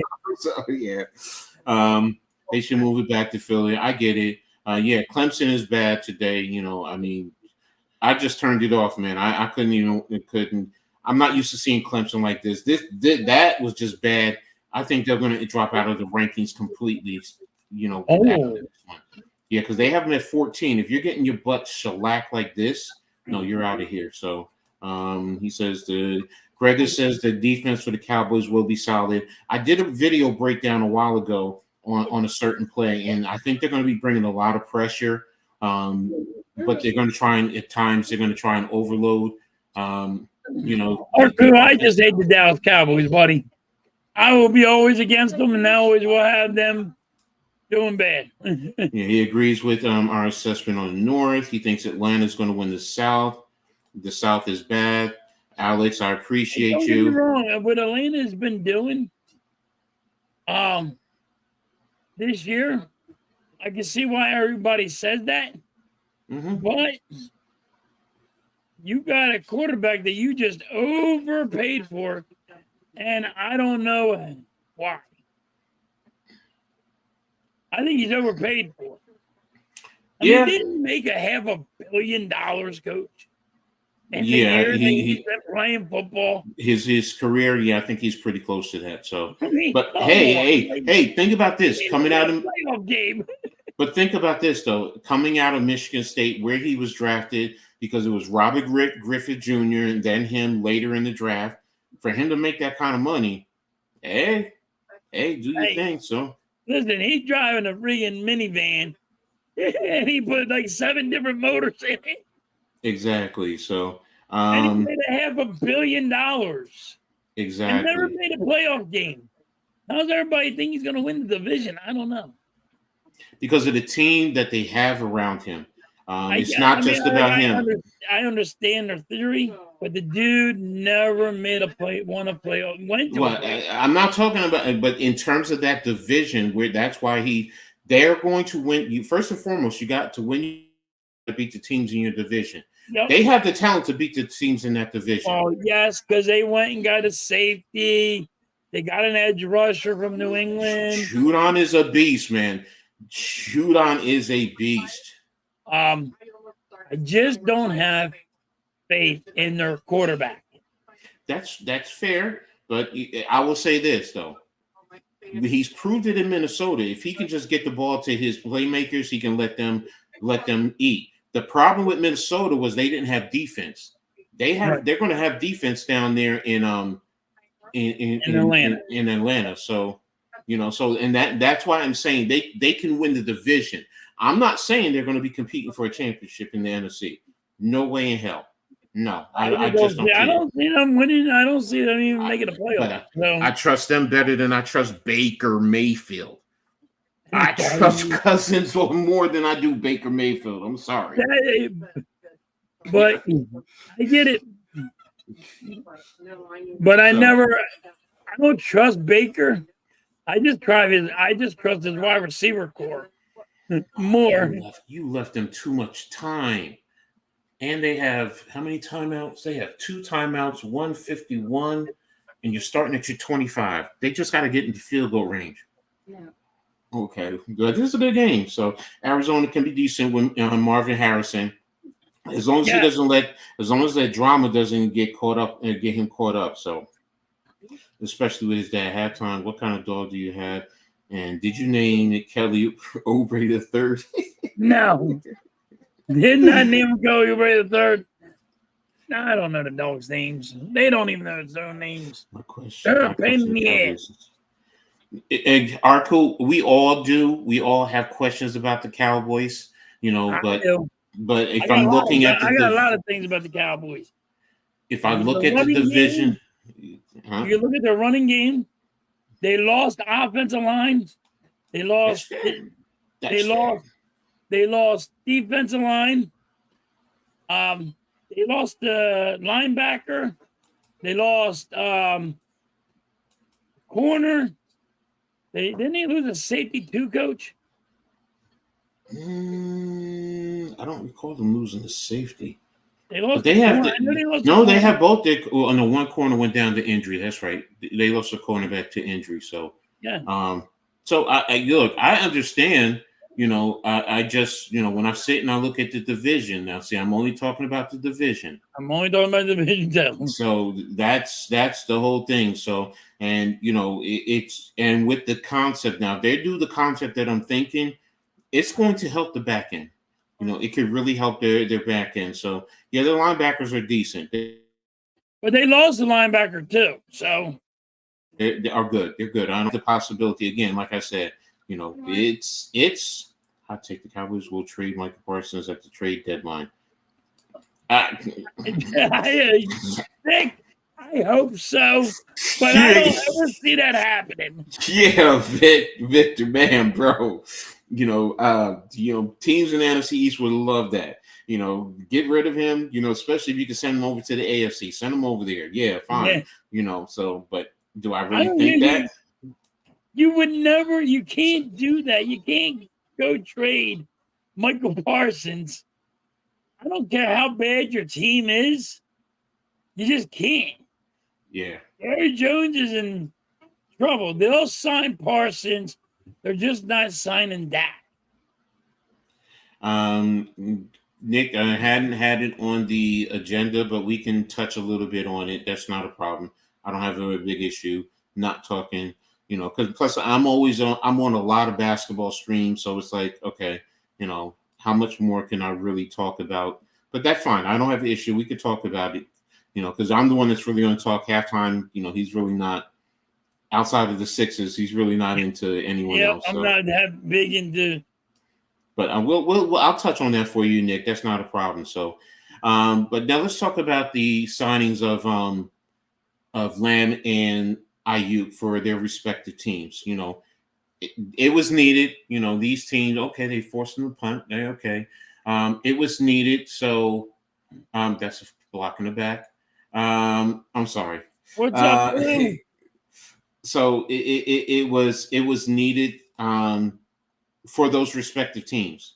I mean, they couldn't lose, especially the Cowboys. They could not lose CeeDee Lamb. So it's like I said, it's needed. The 49ers, you could have taken it, but I understand how important it is for their teams to have them to re-sign. So, but what's your thoughts on their signings, first of all, at halftime? CeeDee Lamb had to be signed. You all seen it in the, you all seen it that, what once, you watched how the Dallas Cowboys were playing, and they needed a wide receiver. They don't have wide receivers, and they know CeeDee Lamb is the guy. You had to pay for him. It's like when you had, Jerry Jones always does this. He tries to force the guy, he tries to play chess with a guy, and he figures out when he loses or not. And Jerry Jones lost. He had to pay the man. He tried to make it a little cheaper on him, and he couldn't do it. CeeDee Lamb got paid. They didn't hold out.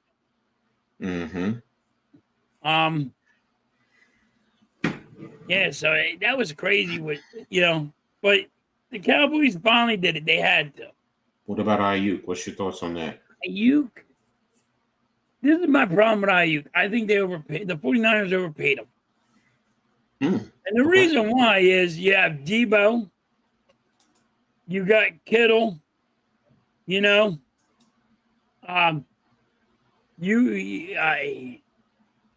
the running back for the 49ers. He's the fourth weapon, you know what I mean? And on that team. Like, you overpaid him because you're going to now all them, when Kittle's like, yo, you got to pay me, all these guys are going to be like, yo, you got to pay me. And then you got Brock Purdy. And you just paid him all that money. He better show up.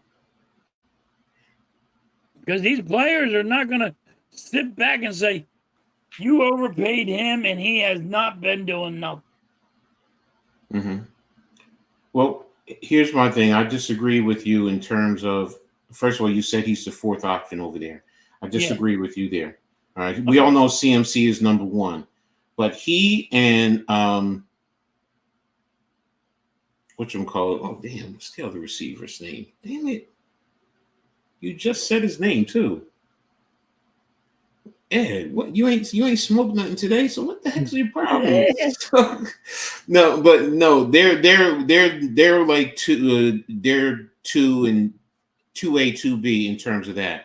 Their tight end, if you want to argue he's fourth, and I look at, distributions, I look at the effectiveness in the game. Now they all complement each other. That's the one thing I will say. They all complement each other. So, and also in terms of overpaid, let's be real, they're all getting overpaid. But if you look at the market, he's not getting paid top of the line market money. Right. The market's telling him what he's worth. Yeah, and that's all that. But like, to be honest with you, like I think he's just the third best option. I mean, fourth best option. Well, because you have what was his stats last year? What am I doing here? I can't remember. You have the running back. You got the I can't remember anybody's name anymore. No, I'm pulling up this. Hold on, man. Here's the thing. I'm looking at all right. So many weapons that you just made him your fourth option. But see, here's the thing. So Ayuk had the most targets with them last year. He had the most receptions and the most yards. He had 1,342 receiving yards and 75. Deebo Samuels had 60 receptions on 89 targets for 892 yards. Now, Deebo Samuels brought you 225 yards in rushing.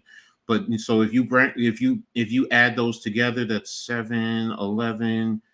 That's 10. That's about 1,100 yards, a little over 1,100 yards. While Ayuk is giving you 1,300 yards in turn. So he's the number one receiver on that team. Yeah, but Debo is playing running back, wide receiver, tight end.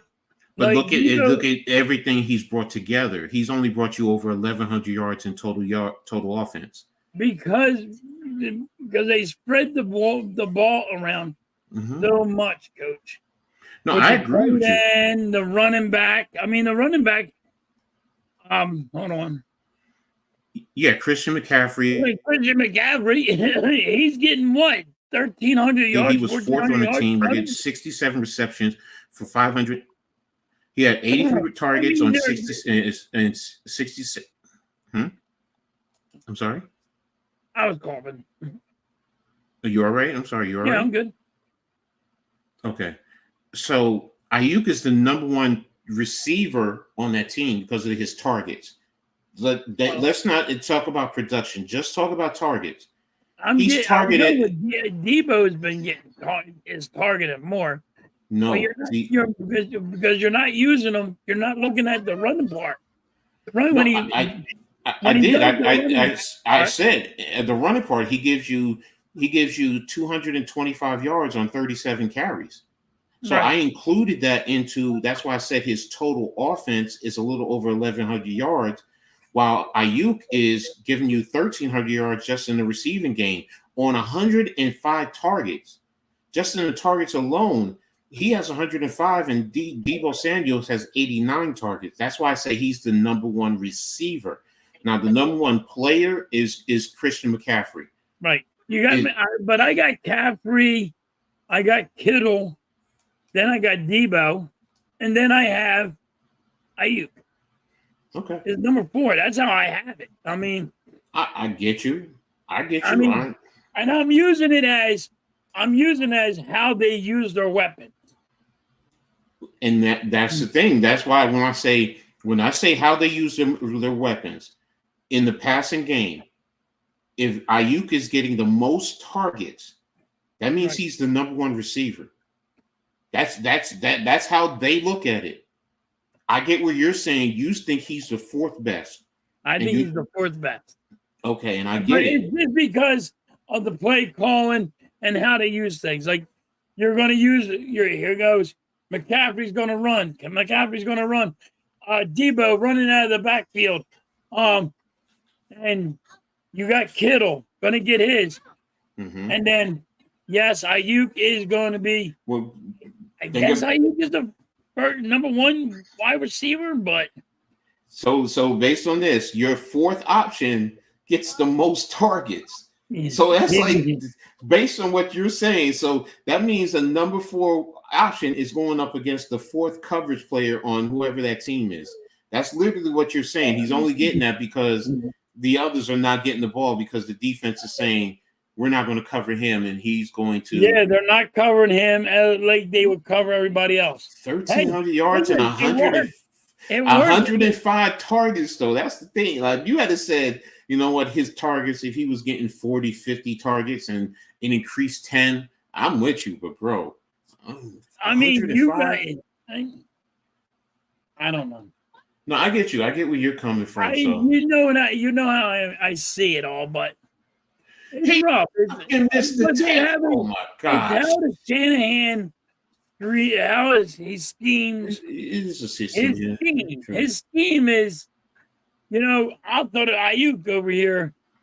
You know what I mean? So many times, and then nobody's paying attention to Kittle or nobody's paying attention to Debo.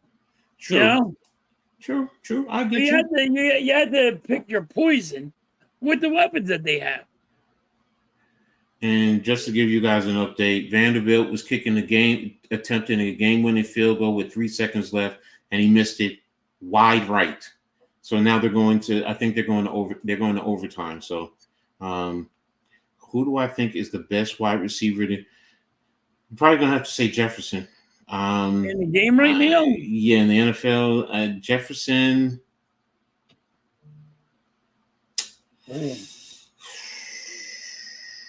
It would be Adams if he wasn't with the Raiders. I'm going to be honest. I think it would be Adams if he wasn't with the Raiders. Yeah, if Adams wasn't in, I'd have Adams first. But I gotta go Jefferson. I mean, Jamar Chase though. It's like it's you can go Jefferson Chase, but I'm gonna go Jefferson right now because of the team he plays on, because of the quarterback. We all talked about the quarterback, so I'll go Jefferson, but Chase is like right there. It's 1A, 1B. See, that's my thing right now. I'm like, Chase or Jefferson, which one is it? Mm-hmm. Like Mm-hmm. it's a coin toss, like right now. And like you said, it has to deal with the quarterback. You know? Just So to I just would say it's go ahead. I'd say between Jefferson and, you know, Chase, but I don't know, man. It's gonna be a close one. Halftime. I hope your Eagles never have to play Kenny Pickett. I hope so too. If we got to rely on Pickett for anything, we're in big trouble. So, Yeah. Greg, He can't go past 10 yards, coach. to be Jeffs. Yeah, Greg Jefferson's number one. He says Penn State been delayed for a while. Okay, so I haven't even touched on it. Every year, there's always a team that plays way better than expected. Yeah, that's true. Wilson at third base today. Okay, so All right. Bohm is hurt, so now here's my thoughts on the signing of the Lamb and Ayuk. Okay, Dallas they needed him, plain and simple. There was no ifs, ands, or buts. Said it earlier. Jerry Jones just seems to prolong everything. He doesn't rip the Band-Aid off. He just slowly pulls it, and you're starting to pull the hairs, and he does. You're feeling it, and it's like, and with the scab all on it, it's like, just rip the damn Band-Aid off. Let's get it over with. So yeah, I'm with you there. So Ayuk, it was a little surprising. I did think that he was going to get traded. I really did. If you had said re-signing versus trading him, I would have said re-signing was probably around 30%. So, that was surprising. But hey, it keeps their team together. It really helps them. And it solidifies what they're trying to do because they went to the Super Bowl last year. So it's what's needed. It's also a matter of the market. I mean, this is what the market is saying. These receivers get this money, so that's what you got to pay for a premium wide receiver. So, but I'm glad the Eagles don't have to pay our guys that much money yet. Well, you guys have jumped the market. If you really think about it, that's what guys have done. You jumped the market. He jumped the market. I'm not going to lie to you, bro. With a lot of your contracts, I wonder what's going to happen down the road with all those void years, comes up and it eats away at your salary cap. So he always does that. And it's not like he does it for 1 year. But he's weird. Doing it. He juggles it just right, coach. I don't know how. Yeah, I get you, but the amount that he's doing is going to bite you in the ass in the long run. If he's ever gone, you better pray you got a GM who's going to be able to handle that. So because this one's going to bite people in the ass. Yes. And will it? The thing is, though, if it bites you, does it put you so far behind the other teams that it takes you even longer to, get out of the hole? So, but yeah, that's I will say it's working. Yeah, it's working right now, so I can't argue with that. So, but I've heard some. In the long run, is it going to bite you in the ass? Understandable, yes, exactly. So, but again, that's the price of doing business. Everyone has their plan, their game plan, and if it continues to take off and you guys start winning Super Bowls, then you're going to see a lot of other teams copying it. So yes, so I mean, and that's really what it boils down to. So, but that's it right now in terms of talking about the NFL. Pitt wins 55-24. Congrats to Pitt. That's a good win. But now we're going to go ahead and talk off the topics in terms of football. At what age are children held accountable for their actions? I was thinking about that, with my granddaughter, as a father who raised 3 kids, talking to, someone else with, with their children, what age do you think, children should be held accountable? And how do you determine that? But, go ahead, Halftime. I mean, I know you got young kids. It's really been hard. Like I got young kids, so it's really hard to judge when they you got to hold them accountable for the shit that they do.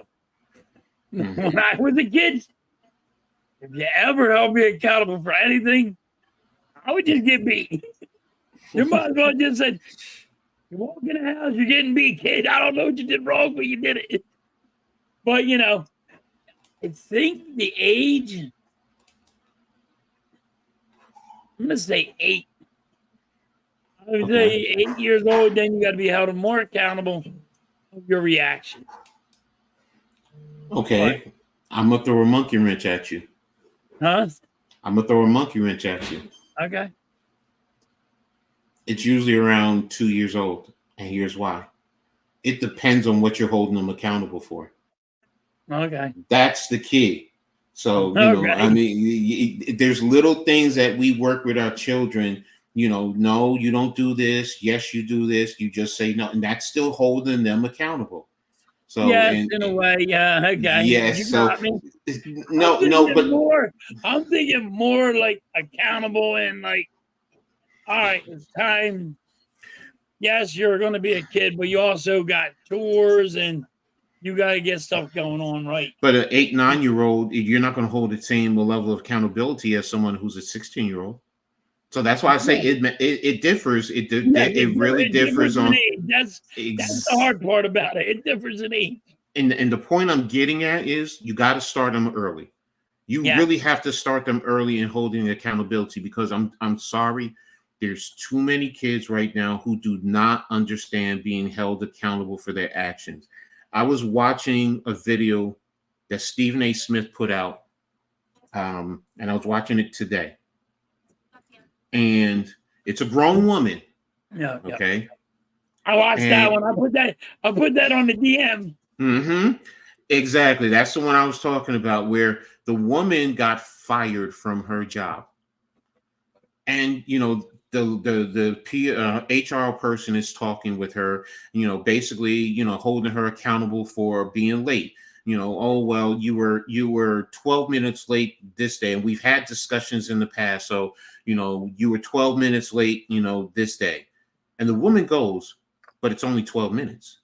Yeah. And it's like, you're not getting the fact that you have to be at work. Right. And then they went on to 21 minutes. Then they went on, no called, no showed on this day. And she goes, oh, but it was my birthday. Yes, it was my birthday. When she said that, I was like, wait a minute. And the HR lady said, she's like, well, I work on my birthday. Plenty of people work on your birthday, but you could have called in or you could have asked for the day off or discussed that. But this lady, y'all too grown for me. Exactly. That was the kicker. I'm like, she said, y'all too grown for me. Wait a minute. You're a grown person working a job, getting paid.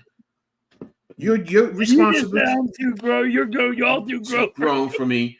And then you want to act like, oh, the job is wrong for wanting to hold you accountable. Yes. For being on time to work. And then you're being fired. And this to me goes back to what I was saying about kids. You know, the earlier you can start them, the better. I don't care how small it is. You know, look, your 2-year-old picks up a spoon and throws it at you. You're not going to sit there and let them keep doing that. You're going to say no. No. And if they do it again, you're going to punish them. Whether you do timeouts, but that's holding them accountable. And that's what's needed. Halftime, and we grew up like that. Trust and believe. Be honest, though. I'm going to tell you now. If I would have 2, 3, it doesn't matter. Throw a spoon at my mama. Listen, back in the day, they used to beat you. Now you better just time them out. And when you time them out, you know it's not as. Sometimes you got to really punish your kid, and now everybody's like, oh, you got to be softer on your kids. Like, sometimes they need that whooping. Now, I'm going to be honest with you. I'm going to tell you, that lady didn't get whooped enough. I watched that video. I said, that's what I said. I said, that lady, when she was a kid, never got whooped. Like, my son's young. My son's 10, but he has been doing chores. Thanks. All right. This is your chores. This is your chores. This is your chores. Yo. All right. And he never said none. He just does his chores. Does what he has to do before he can go on his iPad, go on a computer, whatever he wants to do. Exactly. He has to do his chores first. He goes to school. You got to do your schoolwork first. Then you can do whatever the hell you want. And But see, you gotta get ready for work in life. exactly. And that's the point. That's the excellent point. See, and whether you spank them, whether time out, whether you take things away from them, with their iPads, that's still holding them accountable. And that's what I'm getting at. I've seen too many parents who make excuses for their kids' actions instead of them themselves stepping up and saying, you know what, let me address this and let me correct what's going on. Because then later on in life, situations like this, or even worse, your child is going to jail, or God forbid, you're burying your child because of their actions. Yeah. That's the worst accountability that a child leading to an adult can take. And that's why I said I wanted to bring this subject matter up. How do you determine what age, and again, what is the accountability? Accountability always has to go up more and more and more and more. So when I said 8, yes, you're right with saying 2, because you're always giving them more accountability as they grow. All right, now you know the word no. All right, you're going to learn more and more, and you got to be really rough. Like, you got to make it more stern as they get older, and more, doing the way you got to do. Like, all right, you ain't allowed to do this. You can't do this. Get in here before the street lights come on. And more stern as they get older. Like, exactly. I'll be honest. I got guys at work, young kids, and dude, the way that their work ethic is like, you gotta be kidding me. Like, you gotta be kidding me. They're like, yo, I just want to get a paycheck. You gotta work for it. You just don't get a paycheck because you came in today and you came in late. You can't do it. Exactly. And they're like, man, why you work so hard? This is the job. You don't like this job? Go work at McDonald's. Oh, no. I'm too high. I'm too upper than that. Exactly. When you step up in game, there's more responsibility. Yep. Who was it? More money, more problems. Who's that? Yep. Who's that? Jay-Z. Jay-Z. Yeah, I think that was Jay-Z. More money, more problems. But and as you grow, your accountability increases. Like you said, doing chores. There's different chores that you would do for an 8-year-old versus. You all right, Skylar?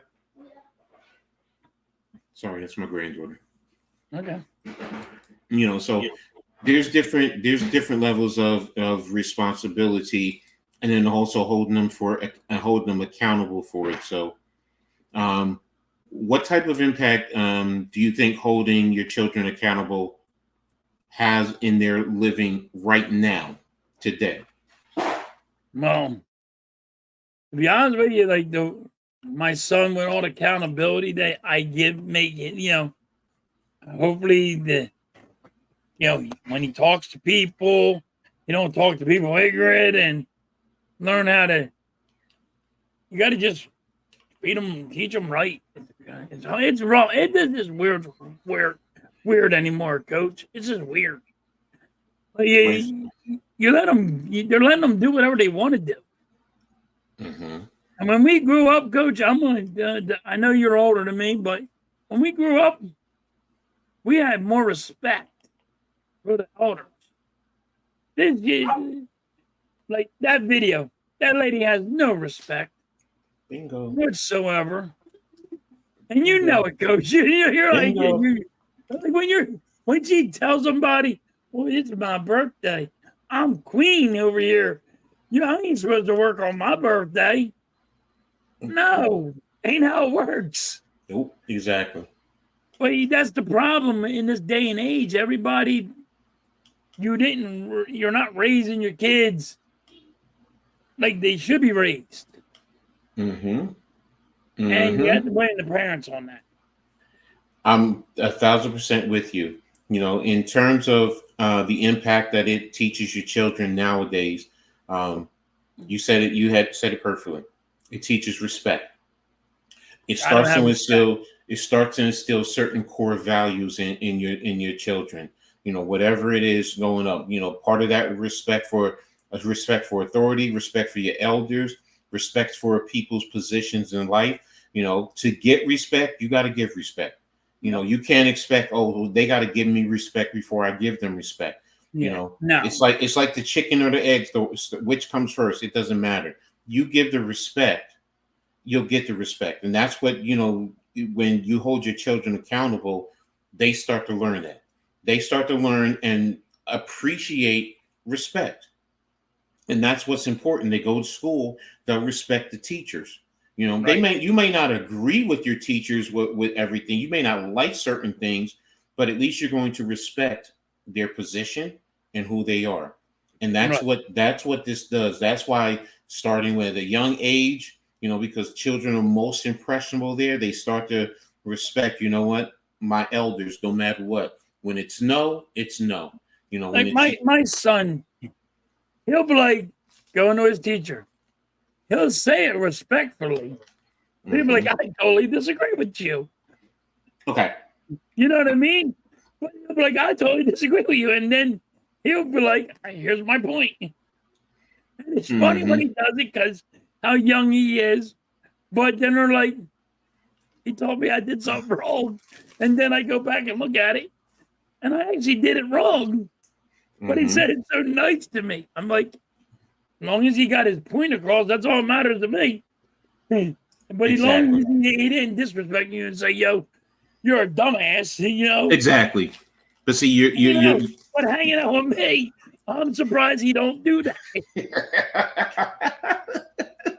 That's the thing. Like my son says it in a nice way.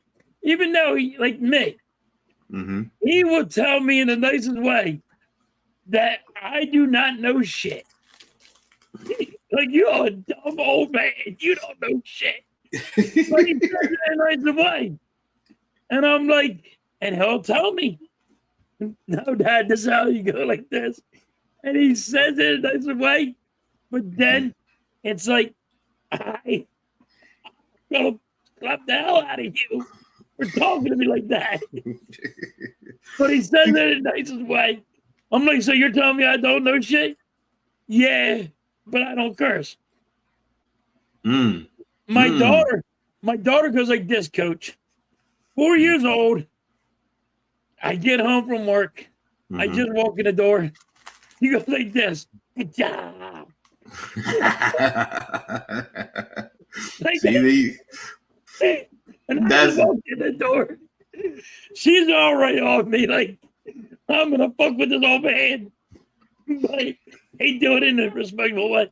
If I go take out the trash and I come back in, good job. Bro, really? It's a good job that I did that all right. Look, Mrs. Halftime, your son asked her to play a game with him instead of you. So you wanna know why? He goes to his mom and says, "Can you please play this game with me? Because Dad kid sucks ass at it."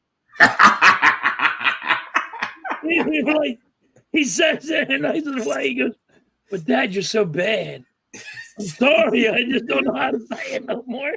Hey, you know what? That speaks to the great job you and Mrs. Halftime are doing with them. They instilling the great core values, the respect. They understand. He's starting at an early age to understand accountability. How you talk to people, you'll be held accountable for how you talk to them. You talk nasty to them, they're gonna come back nasty at you. Right. But if you talk respectfully, the person respects you no matter what. They may not like what you're saying, but at least you can respect them. So, but like even my son would say, like, to be honest with you, you know, he'll say it in the nicest way he can, and he won't disrespect you. You'll be like, damn, he said that in a nice way that I'm a piece of shit. Like, but he says it in a nice way. He will not curse. Yo, and when I give my son, I'll say, you can curse at me. And he goes, no, I'm not going to do that, Dad. I'm like, all right, whatever. You can curse. It's called no rules. And he'll be like, nope, I'm not doing that. He'll bite his tongue on it, but he don't curse. I'm like, all right. Because I always, look, when I grew up, you cursed, soap in the mouth. You know what I mean? You guys don't know what a bar of soap is. And don't try to hide the bar of soap. It don't work. They got dish detergent. It's the same shit. Dish detergent, laundry detergent, it's all gonna do the same thing. And then they will wash your mouth out. Take the toothbrush, stick your tongue out, take toothbrush, scrub your tongue. Yep. So, they're like, here's laundry detergent in your freaking tongue. You know what, Mrs. Halftime? Yeah, they are. But if they can come home and they say, you know what, I'm not gonna do it in front of mom and dad. Yes. My kids, my oldest is 35. My middle is 29, and my youngest is 24. And yeah, they sometimes it slips up, and you know what they instantly do? Oh, I'm sorry, Dad. Excuse me. I didn't mean to do that. And I'll turn on look. You know what? Y'all are grown kids. You're grown adults. I can't say or do anything to you anymore. So it's like, but the fact that they understand the accountability, they learned that at a young age, and they respect it. They respect me as their dad. Right. My thing is, like, I always want to teach my kids, you can come up to me for any problem that you have or anything. So when I say he can curse, I am giving him, like, you ain't going to get in trouble or you're not, we'll work something out. We're not going to, I don't want to see him go behind my back and go drinking with a friend and go drinking and driving and me have to worry about them drinking and driving when they can't come to me and say, yo, we're drunk. I need a ride home. I don't want that to happen. Back in the day, Coach, when we were young kids and you were drinking, you would hide shit. I don't want my kids, I don't want my kids to hide things from me. So if I give him a little leadway of, hey, you can curse at me or something, but he can come to me for anything, any problem. Like, all right, man, I went to a party and I got drunk, but now, I'm about to get in a car with a drunk driver. I don't want that to happen. I want him to be able to call me on the phone and say, yo, come get me. You know what I mean? Because there's just too many of it going on where people are not taking accountability and not fucking thinking smart. I want him to be able to come with me for anything in there possible. So if he feels that I cursed at him, and he curses, and well, my dad's going to understand. He's not going to trash me. He's not going to yell at me. Maybe when I get home, the next day he'll yell at me, but he'll come and get me out of this problem that I'm in. If he's in the car and people are freaking, playing mailbox baseball. You know what I mean? Like, get me out of this car before I get in trouble. Come get me. Exactly. I didn't do that with a nephew of mine. Go get him out of jail because he was playing mailbox baseball. What did you do? I didn't do shit. They were playing mailbox baseball. I'm like, all right. I'm like, what is wrong with you people? Like, what the hell? I'll come get you. But I want them to be able to come to me about anything. So we can fix the problem or, you know what I mean? Before it comes a problem. True, and filming it. I mean, and you know what? That's a different problem because social media has a big influence on a lot of negative Well, actions nowadays. So, he filmed it, but he wasn't doing it, and he was telling people to stop. hmm Got him out of that. So it was actually a plus on the situation because he's in nowhere. He's the only one saying, "Stop! Don't do this," and they were doing it anyway. It ain't like I can take the baseball bat off a guy. There's 4 guys in the car. They're gonna beat the shit out of me. no, that's They true. always tell you not to do it. You're gonna do it, then you're doing it. hmm And you're held accountable for your actions. I mean, he recorded it, yeah, but he recorded it and it made him better. It was smart that he recorded it for him when he said, "Do not do this." And You know those what I mean? guys, those kids were just thinking he's filming it to post To on be social funny, media. to put it on Exactly. thing. Instead of he- realizing your actions are gonna be held accountable based on the video. Hey, I'm out of here. You put me in here, but I'm getting out, and nothing's gonna happen to me because I'll Mhm. show you proof that it wasn't me. Exactly. You can blame Exactly. everybody else. It wasn't me. I didn't touch that. But like that's all that's what you would want from your kids. You know what I mean? If they get in trouble, you want them to be able to come to you so you can get them out of trouble, or you know what I mean, before something bad happens. And that's fair. That's fair. I mean, you're right. Because you want to be able to be there to protect them, but you also want them to be responsible for how they live their lives, Right. because that goes from being a child to the impact that it can have on them as an adult. So and it's a big thing. Accountability. We just talked about that woman.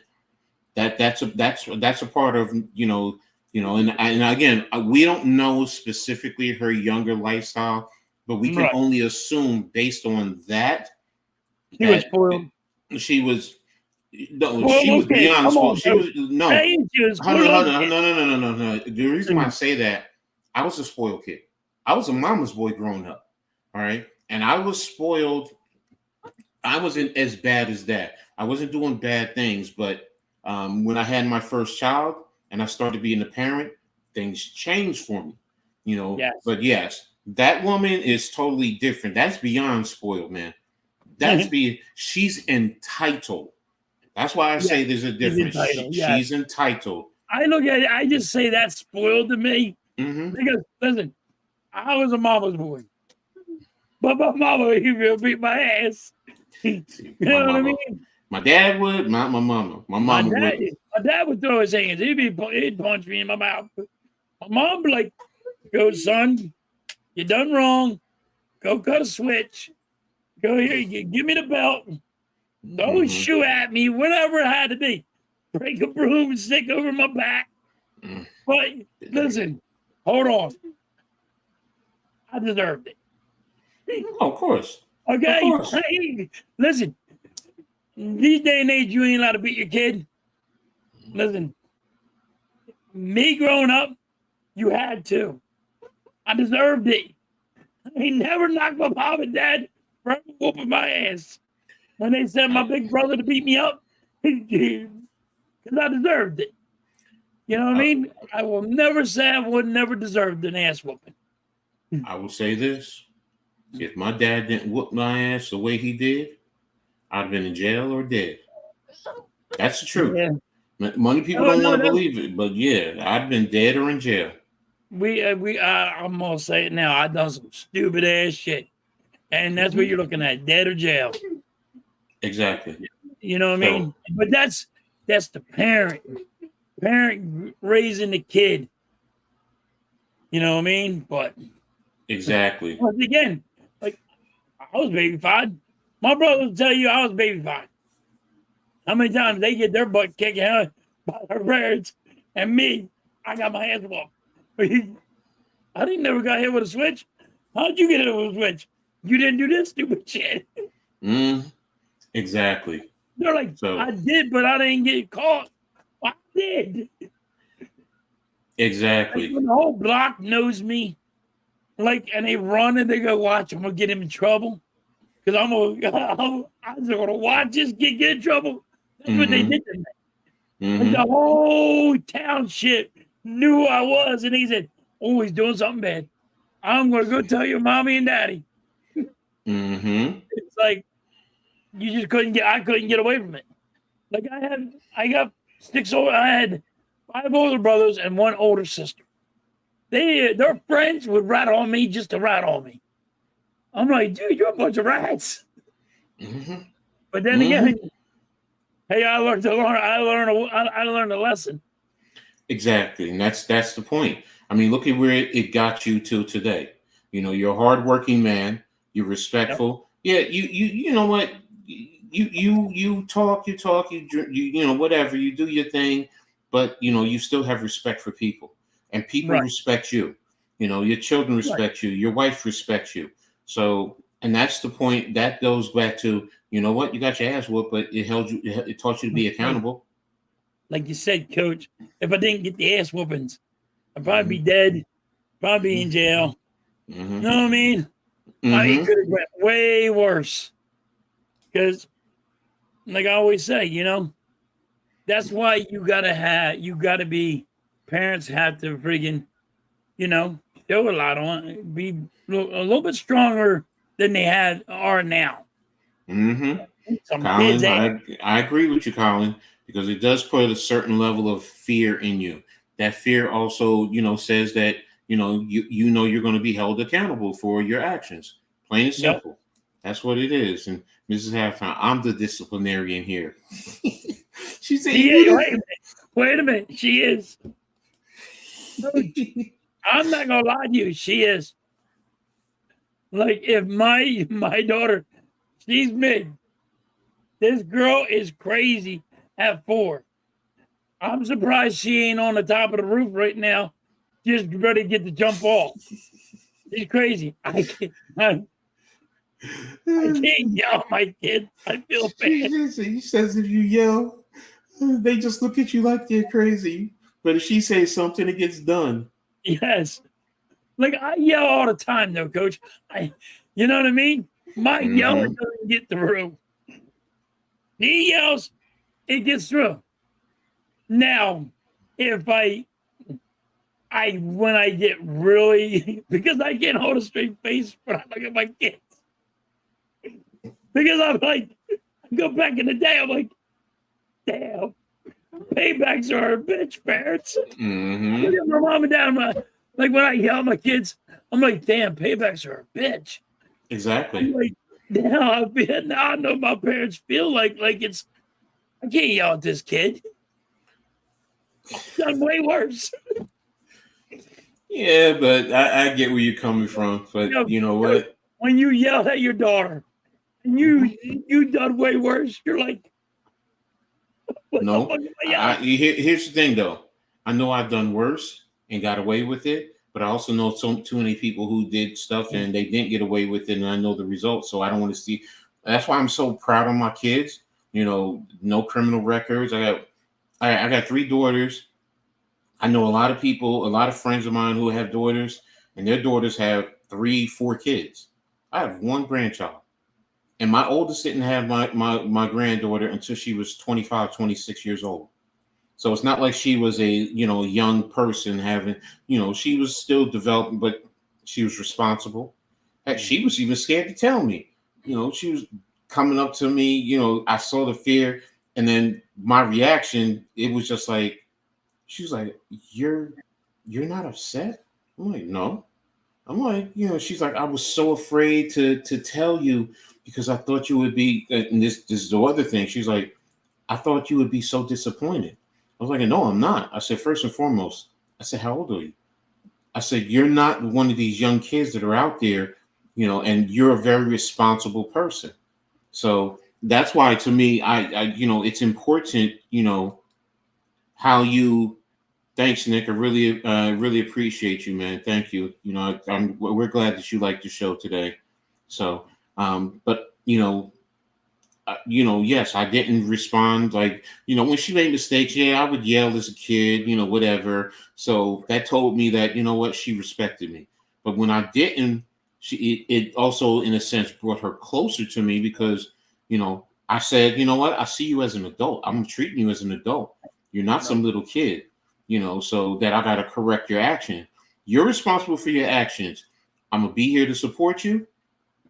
And she does a phenomenal job with my granddaughter. So, but that's also because she saw her dad raise 3 kids by himself. So, Yep. You go out and you work and you grind. So, but I get it. I became an aunt when I was 12. Okay. That says a lot right there. Mm. So I know a lot of kids who were like that. So, Allura was, but she's 11 years younger than Passion. So when Passion was 25, Allura was 14. So, but that's because they're the age difference. So, but I don't know, the parameters there, and I'm not asking. So, but yeah, it just goes to show when you raise them right and you teach them responsibility and you hold them accountable, they respect you as an adult, and how they live their lives is also indicative of that. So, and that's why holding kids responsible is very important because, like I said about that lady, she don't understand responsibility. That's my thing. I know one thing. My kids will never be like that because they're going to know what hard work is. Exactly. Like my parents, like I always say, my parents made me at a young age go work on a farm. Mm. Like my grandparents lived down in Maryland, and they had my uncles had farms. So on the weekend we had to go pick watermelon, pick friggin' all the fruit there is, and they put it on a tractor and they would take it to their little stand and make sure everything's loaded up. And then we would do that for the weekend. Come back on the weekend and you had to go, we get to go home. But that's what we did on the weekend. Like my dad was showing us our worth ethic. Make sure you are going to work. Then you had your chores. Like when you come home, you're like, oh, now you're behind on chores. You've been down there for 2 days. You're behind on chores. You got to catch up on the chores. And you're like, well, Monday come, I got school and I got double the chores. Oh, yeah, get with it. You didn't I didn't make money on the farm. You weren't allowed to take money. On the farm, they were like, my uncle was like, all right, now you get to shoot a shotgun. Wait a minute. I can shoot a shotgun? All right. Again, I'll do all the work you want for bringing sun to sundown as long as I get to shoot the shotgun at the end of the night. And that's what you worked for. You know what I mean? Exactly. They gave you that kind of trophy. Like, yeah, like my uncle was a sharpshooter, and that's what it was. You know what I mean? So he would teach you how to use a shotgun and all. And like young age, I'm like trying to shoot a shotgun. He's like, yo, put that around your shoulder. I got this. I can look at it. This is light. He goes, my dad said, let him go. He think he's strong. Take the recoil on this boy. My shoulder black and blue. It tore me up. I'm like, damn, they kicked my ass. My brother said the next time you're listening to somebody responsible trophies of having to be in a sharpshooter, damn it. Exactly. He won trophies for this shit. Listen to his ass. But you know what? That's a great point, man, because in today's society, if you let a kid shoot a gun like that, if they picked up a gun and let it shoot, and you let them, you'd have the law coming down. Right. Well, why did you let them do that? Why they got hurt? That's bad parenting. No, it's not. No. That's like if you tell your kid not to put your hands on a hot stove and they go ahead and do it. Well, damn it, you shouldn't have put your hands on the hot stove. Right. Now you learn to not put your hands on the hot stove. Well, guess what? You understand the impact. Now you know not to put your hand on that hot stove because it's hot. when you pick up a gun, you understand that, you know what, first of all, you can do not only do damage to someone or something that you're shooting at, but you can do damage to yourself. How many times have you seen kids who they want to act all tough and they shoot, but you're looking at them shooting and their hand is going all over the place. It's going all over the place. You're holding a high level weapon. What are they doing? They're trying to keep it away from their body. Well, don't you understand that doesn't teach you to be in control of the weapon as best as you can? Sorry, I know I'm a military brat. No, but that's what they were teaching me. They're teaching me how to have control of the weapon. Exactly. And if you're going to sit there and say, oh, well, they do all this, you have to learn how to control a weapon at all times. If you're going to hold a weapon, you need control. But anything you do, you need control. If you're driving a car, all right, let's go where you can drive a car. You need the control. You need to learn how to defend while you're driving. You got to be defensive, and while you're driving, because you don't know if, hey, this guy could cut me off. You might have to hit the brakes. You got to do this. You might, you know what I mean? You got to get out of the way or something. Exactly. So, but you know how it goes. No, I'm with you, bro. I'm with you. Yes, you're right. And that's a great point. And it goes to what we were talking about in terms of getting into the adulthood and what it teaches them. And one other thing that I think is that it teaches them a true respect of, and when you hold them accountable, it teaches them the true respect for discipline. Yes. Because you have to be disciplined with a lot of things in life. There's a lot of times, look, I don't want to do this, I don't want to do that, but you got to get your butt up to do it. You can't sit around. I'm telling you, just from experience with my physical issues, there are times sometimes I have to get up, because if not, my body gets very stiff and I lose strength. And just me moving around is a big thing. Everyone else will just take it, oh, that's what you normally do. No, when you get to a certain point, if you're not being mobile, you lose certain strength. You have to be disciplined to get up and move around. Otherwise, guess what? You're going to be bedridden, and then you're going to have somebody even doing things like rolling you over to wipe your backside when you go to the bathroom. You don't know how embarrassing that is. But if you're disciplined, you're going to do the things that you need to do. My granddad took me and my ex to the shooting range. But exactly. Going to the shooting range, trust, I'm a military brat. I used to go with my dad. I understand, and they teach you, yes, about misfiring, what happened. And my ex started to turn it to look down and thank you. Exactly. It's like, you need to understand, the weapon that you're dealing with. There's responsibilities. You have to understand, the accountability of certain action. You stand and look down the barrel and, you put your hand on that trigger. Next thing you know, you got a bullet going through your brain and you're laying in the grave. Yep. So, but yeah, I mean, this has been a great subject to talk about. And I hope you guys really got something out of that. So we're going to move on to the next subject now. And it's going to be talking about MLB. One of Halftime's favorite subjects, the MLB. Right now, it's driving me nuts. Why do you say that? Because my team's friggin' are shitheads. My coach is an asshole. No. You want to know what? I'm going to say this, okay? Because I said this to NYG, Unpopular Opinion, the other day. And I get it. We sit here and we cry about our teams and we suck and all this and that. Okay. The Los Angeles Dodgers are in first place overall. Yep. This is overall, 81-54. The Phillies and the Milwaukee Brewers, because the Yankees just lost, are in second place at 79-56. 2 games out. And the Yankees are 2.5 games out. For everything that we complain about our teams, we're right there at the top of the league. So it's like, hold on, this is why I'm mad though, Coach. Mm-hmm.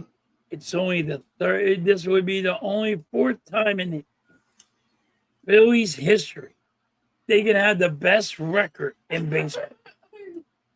True. I want you to listen. I don't understand. People might not understand how much that means, but I only got to see it once. You know what I mean? I like to see it a little bit more. I get you. I want to see one now. I only saw it when I was a kid. I get you. I definitely understand where you're coming from. Yankees are I up want and to down. see it now when I'm a grown adult. Yes, but look at where they're.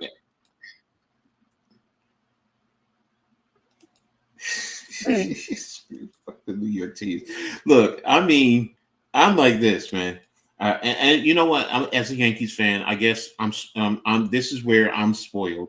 You know, I've seen the Yankees throughout many. I've been following the Yankees all my life. My all-time favorite Yankee is Don Mattingly. You know, so I mean that's how far back I go, and I've seen the ups and the downs, and we're consistently there. Now, Yankees fans, the expectation because of all the World Series throughout the history of the Yankees, I get it, but we're in the fourth spot in all of baseball. Yeah. You know, and there are Yankees fans who are, oh, the sky is falling. You know, when they say, oh, we're the worst team in baseball, I'm like, we're in the fourth spot. Halftime, you say that, and I'm like, you're in the second spot, bro. Yeah, you're but this is the thing. When you know your team is better, then they're showing you. You know what I mean? True. That's what fans are complaining about. I get it. You want, and I get it, but it's also when you talk about consistency. Well, you're up and down. If you're up and down, you're 500 ball. You're at the top. You're consistently at the top. But I get it. The ultimate goal is you want to see that your team gets to the World Series and wins it. And any little indication that says, you know what, you might not win it. Right. Okay. We don't want to see that. And I forgot who was saying it. Someone was saying that, but the Yankees, when they play the better teams, they do very well.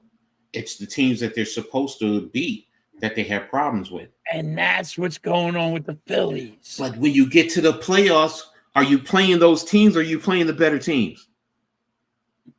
So if you do well against the better teams, I'm not saying don't be concerned with it, but don't make it where it's the sky is falling. Oh, woe is me. All right, you know what? Let's learn from that. It frustrates you, yes. It frustrates you. I get it. But no, it's like, see, my thing is, all right, you got a team here. It's going to be the fourth time in Major League history that the Phillies could be top of the league. Let's drop that. It's we play a game, and you know how the game should go. And when you're not hitting, and you're watching all this money, and these bats can't come alive, it's like you get paid $300 million to hit a baseball. Mm-hmm. Now, don't get me wrong. You're not going to hit every time you get up there because that guy's getting paid $200 million to strike your ass out. I get it. Mm-hmm. But damn, you can't go in 20 damn games and not get one hit. But like, once again, it's like the teams that you should be winning, you're losing. And you know you should be dominating. Okay. And that's where I get pissed off. That's why I get pissed off. And you know what? I can say here, yeah, we're top of the league. You know what I mean? It's okay that we were up. We had the best team in baseball, right, Coach? And we were up by 4 games in the whole Major League Baseball. We were up by 4 games. We are now dropping plus the 4 that we dropped, and now we're down to the third best team in all baseball. In 2 months, we dropped that fast. You know what I mean? Mm-hmm. Mm-hmm. And you have to look at that. Like, but this is why Philly fans are saying what they're saying is because we had that big of a lead and you lost it in just 2 months. Same with the Yankees, bro. Right. And I And I get know it. the Yankee fans are pissed too. Like, Yes. what the hell? I Because get it. they see that big drop off. But the thing I'm getting at is they see the drop off, but you're not looking. I get the drop off first and foremost. I get it. So there is cause for concern, yes. But what I'm saying is those who act like it's the end of the world. That's my issue. You're in playoff position.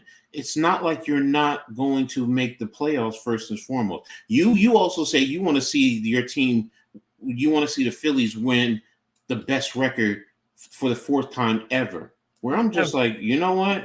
I wouldn't care if I came in on the wild card. If I go and I win a championship, would you rather the best record or you rather get in the playoffs?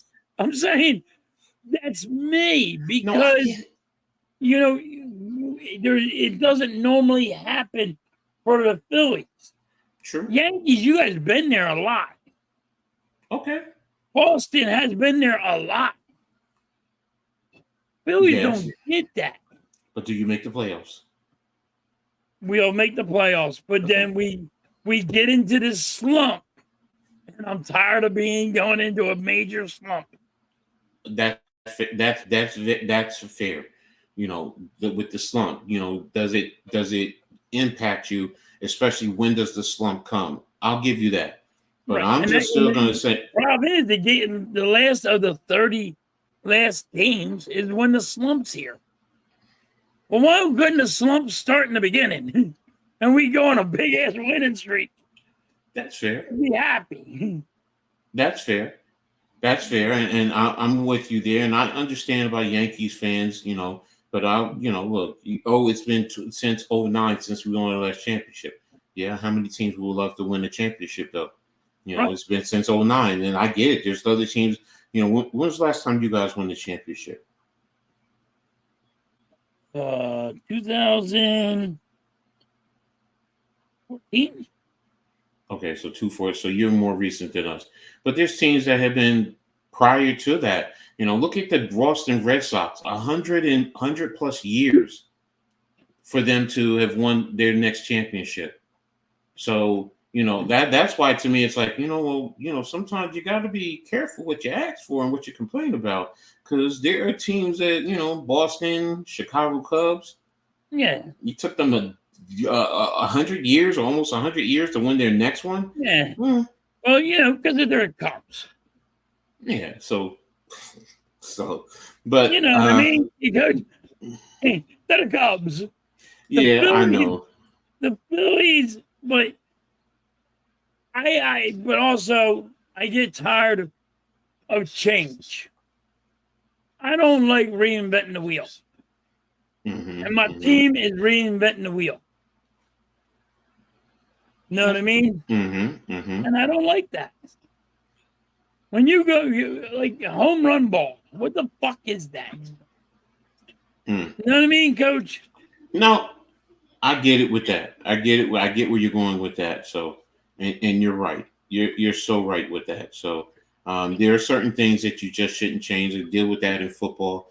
But you know what? They talk about, well, if we didn't change football or we didn't change baseball is probably the only sport that you really haven't had as much change as the other sports. Right. You haven't had many rule changes. Exactly. Because, for the most part, it's like the game is where it is probably the closest thing to the best sport. So, or you can make that argument. So, and I get it. So, but in terms of the playoff positioning, so, I'll look at the standings first. I'll get back to standings, get to the divisions. No, we'll get to the leagues. In the American League, right now it's what? How many teams? Wait a minute, let me look at wild cards to double check who makes. How many teams make the wild card? It's 3 teams make the wild card in the 3 division winners, right? 6, right? I think it's 6. And 6. I believe it's 6, Coach. No, wait a minute. Doesn't one team get a bye? Yeah. But I think it's 16. Well, if it's 16, I think it's 6 teams. I think the first 2 get a bye. I think it's a wild card. That what's okay. called. Victor says 3 division winners, 3 wild cards. Top seed gets a bye. Okay. So if we're looking at the standings in the American League right now, the top 6. So you're looking, or the division winners are New York, Cleveland, and is it Houston? Yeah, it's Houston.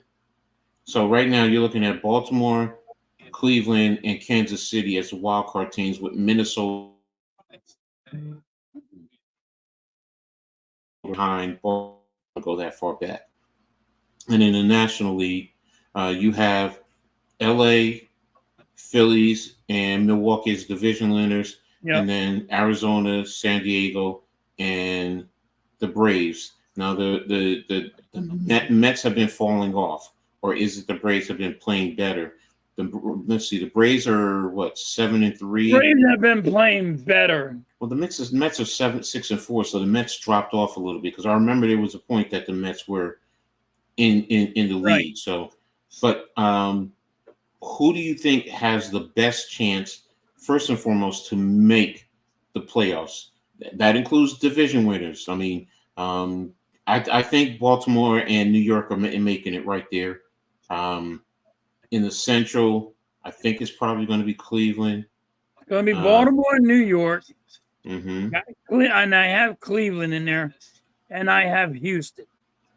So that you still need one more, because Baltimore, New York, Cleveland, Houston is 5. Right. So one of these two teams. I think it's going to be the Royals, the Kansas City. Okay.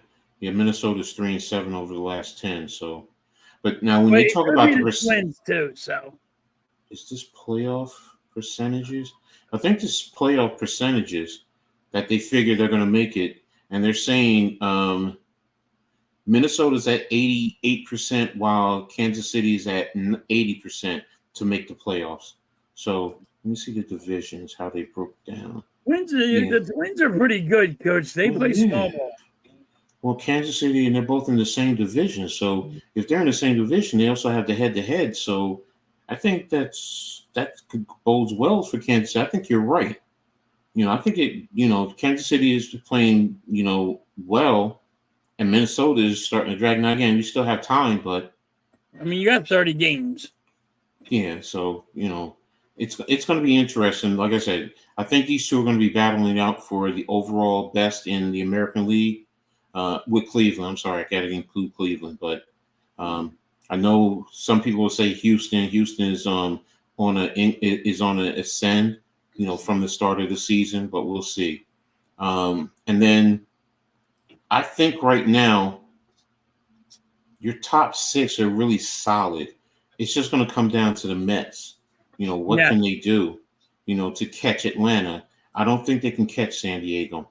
Unless San Diego, Arizona, and the Dodgers beat each other up, because they are out west. I thought the Pirates were going to sneak in there, but they have been dropping. Now, I don't know why, but they've been dropping drastically. 4-6 over the last. Yeah, the Dodgers, I think, are playing the best baseball. Yeah, they're 8-2 over the last 10. So,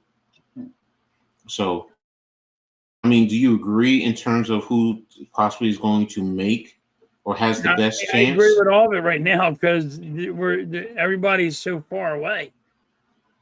Mm-hmm, you know what I mean? Like, if you look at, the Braves got 74, the Mets have 71. If anybody else is so far underneath everybody that, it goes up to the Mets. It's like, are the Mets going to be able to beat the Braves?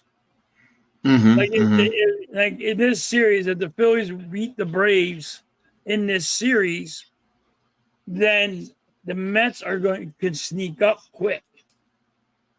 Oh, sorry. You know what I mean? Yeah. So this is, but I mean, like I said, you got like 30 games left. It's kind of hard to try to find out where everybody's going to be. Mets and the Braves are really close. If the Phillies win against the Braves, then the Mets could sneak up there quick. I mean, Braves have 74, and the Mets have 71. If the Braves right now lose two more games, because right now they're 1-1 in the series. If we win 2 games against the Braves, then there you go. The Mets could go jump in right now over the Braves. Got you. So we talked about getting into the playoffs. Who do you think has the best, or out of the National League, who has the best chance of making a series championship run? You know, is it Milwaukee? Is it Philly? Is it the Dodgers? Is it one of the other teams? I think it's going to be series run. They're all good, man. It's a tight battle. It really is a tight damn battle. So you would say it's the top 3 have the best chance of making a series championship run? Yeah, series going to the World Series, the first 3 is so tight. And the Diamondbacks are no joke either. I mean, they play small ball good, and I like that a lot. So they got a chance to sneak in there. You know what I mean? They got a chance. Let me go for it. I'll give you that. The first 4 is they had the best chance. Okay. So in the American League, all right, who do you think has the best chance to make a run to get to the World Series? Because we did talk about New York, Baltimore, Cleveland, Houston, and then best. I will go with. Actually, I'm going to go with. Now I know I said I want the Phillies and the Yankees in the World Series, but I'm going to go with Cleveland. Has the best chance. Beating, like, going to the World Series. I got Cleveland on that one. Does Houston give you even say, you know what, if they get in, they're going to be one of those teams that can make a serious run to the championship? Yeah, they have a chance too, but they cheat. Hey, once a cheater, always a cheater, coach. No, I got you. Nick says, do you think the Phillies win tonight, and who's pitching tonight also? I don't know who's pitching tonight, but I do think the Phillies should win. I don't know who it is. I thought it was Wheeler or Nola. But I don't know. I don't know. Here's my take to get to the championship. I do think it comes down to the Dodgers and the Phillies in the National League. I'm just still not sold on the Brewers to make a championship run. And in the American League, I think it does come down to New York, Baltimore, and Houston. I know Cleveland has been, one of those teams that has been, surprising a lot of teams, but I don't know. It's just something about the Guardians. This is not the old Cleveland's back in the days when CeCe Sabathia was there.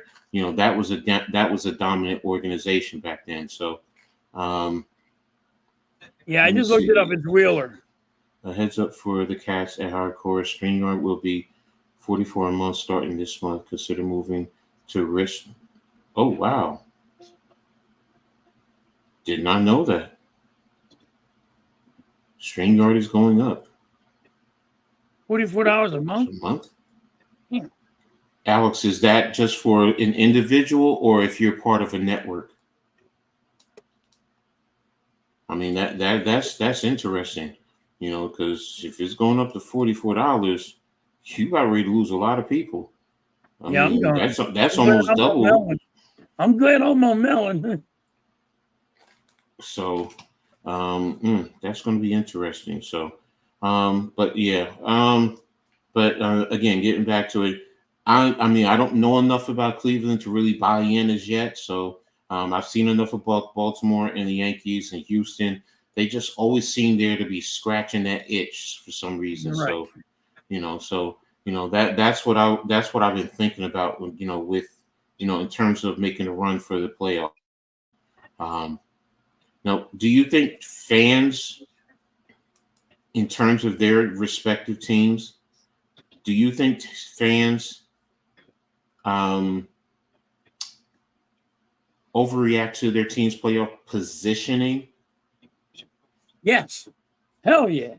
Oh, hell yeah. Is it fair or is it unfair, though? I think it's unfair, but I know how fans are. They think their team is better than they should be. You know what I mean? Like what they should be. Ooh, wow. You said it's both. And I'm sorry, you were reading. I'm sorry. Go ahead. Finish what you're Just reading. looking at it. Yeah, you're going to see a jump Wow. in the bill. That's crazy. So That is for crazy. baseball to add to the convo, I don't think there's a clear favorite in the World Series. A lot of up and downs in both the NL and the AL. Now, Alex knows his baseball. He definitely knows his baseball. No, he's right. He's definitely right on it. There's no hey, these teams are going to the World Series. They're clutch. No, nobody's it's not a gimme. There's no gimmies. Nobody normally you could tell which one is going to be in the going to the World Series. Nobody knows. So that means even the teams that are in the wild card hunt, they have a chance to make a serious run at the playoffs. If you, which like okay, it's really crazy. Even Vegas don't know. If you look at the Vegas odds, they don't even know. Dodgers always had the best record and never win it all. Nope. That's fair. That's fair. They've proven they haven't won it. So and it goes a long way to confidence in them reaching it. So but you said in terms of the reaction to the playoff positioning, you said it's both in terms of fair and overboard. Well, why would you say it's both though? I mean, how could it be fair and overboard? Well, the fans want to think their team is better than they are supposed to be positioned. Fans really think their team's better than what they are. Okay. I think I've been saying it's going to be the Phillies and the Yankees from the start, right, Coach? And I never got away from it. I'm still staying there. I think if you want to know, my pick is the Phillies and the Yankees in the World Series. When did that happen? So, but I think it's going to be the Phillies and the Yankees. But it's going to be good. It's going to be weird. And are there playoff chases? In terms of the championship, is it realistic with the teams, whether it's a wild card team or the top team like the Dodgers, the Phillies, the Yankees? Anybody can get wiped out any given day. So a team like this, like the Twins, their championship chase is realistic. Yes, it's realistic because of thinking about it like this: players getting hurt. You know what I mean? Players get hurt, and it is what happens. You know what I mean? You might lose your starting pitcher. You might lose whatever. It doesn't. Anybody can go on a good run too.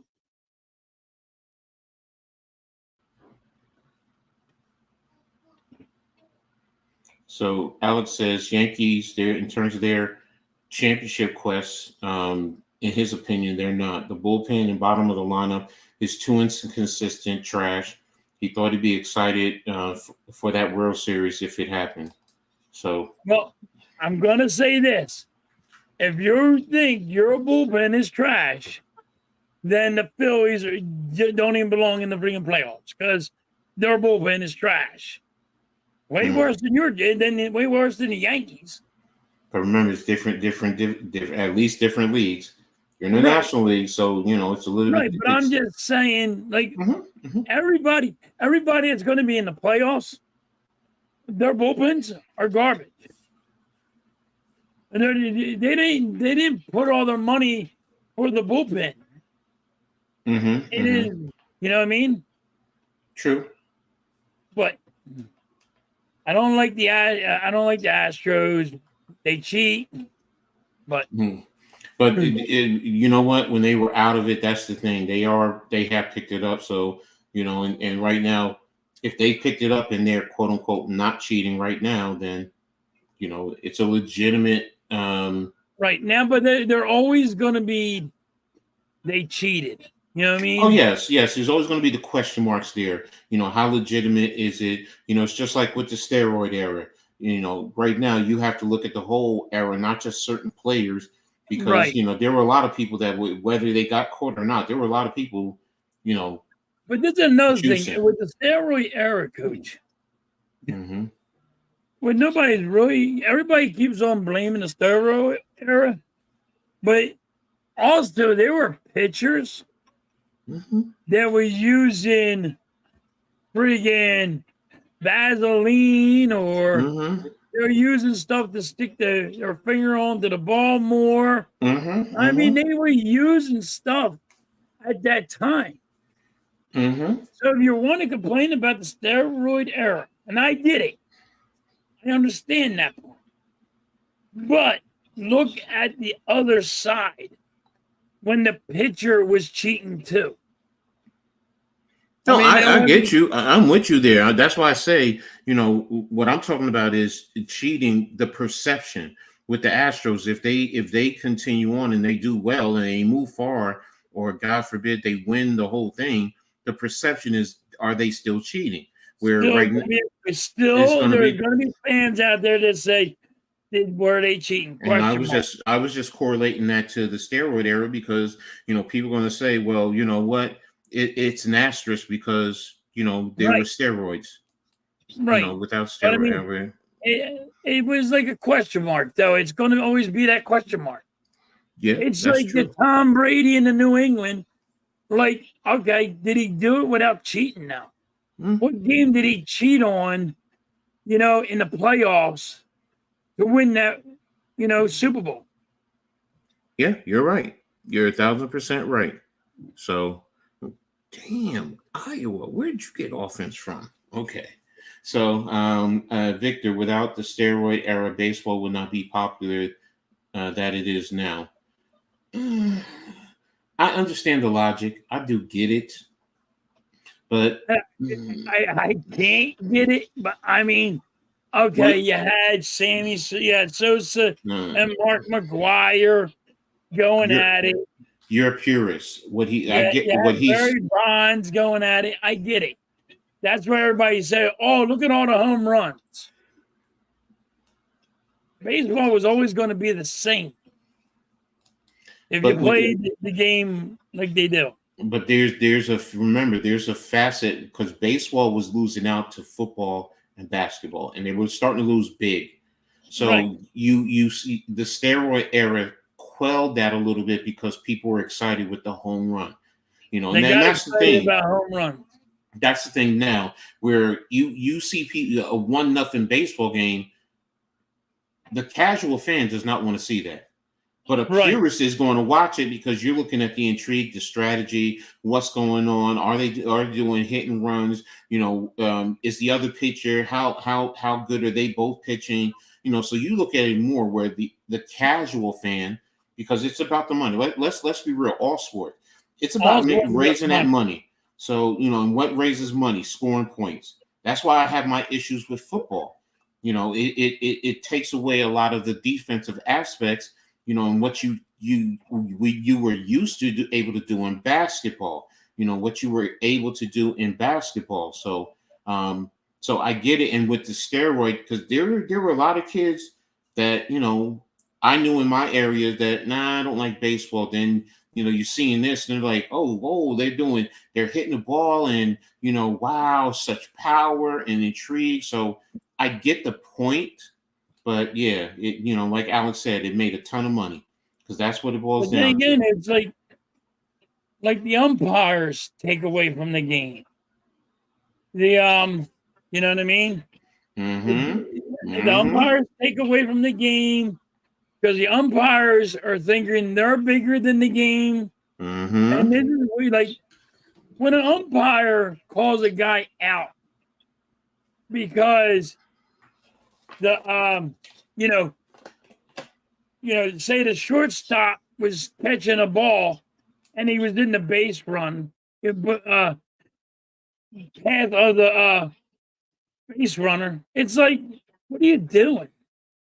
You know what I mean? Oh, he's safe because the shortstop was friggin' in the path of the base runner. It's a freaking ball in the air. He has to stay in one spot. He can't move away from the base run.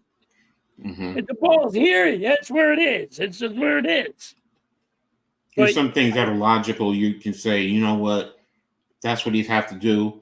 The base runner, has a certain right, but if he brushes in front of him, it's interference on the base runner. Right. It's a double-edged sword. So yeah. So, but I like the umpires. They're the way they call pitches and all. I mean, sometimes it's bad. And I know I'm on umps a lot, but like I think they take away from the game. You know what I mean?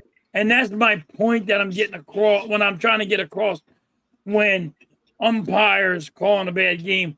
I think they're taking away from the love of the sport. They're taking away from the game. Do you think some of the players from the steroid era should be in the Hall of Fame? Yes. I agree.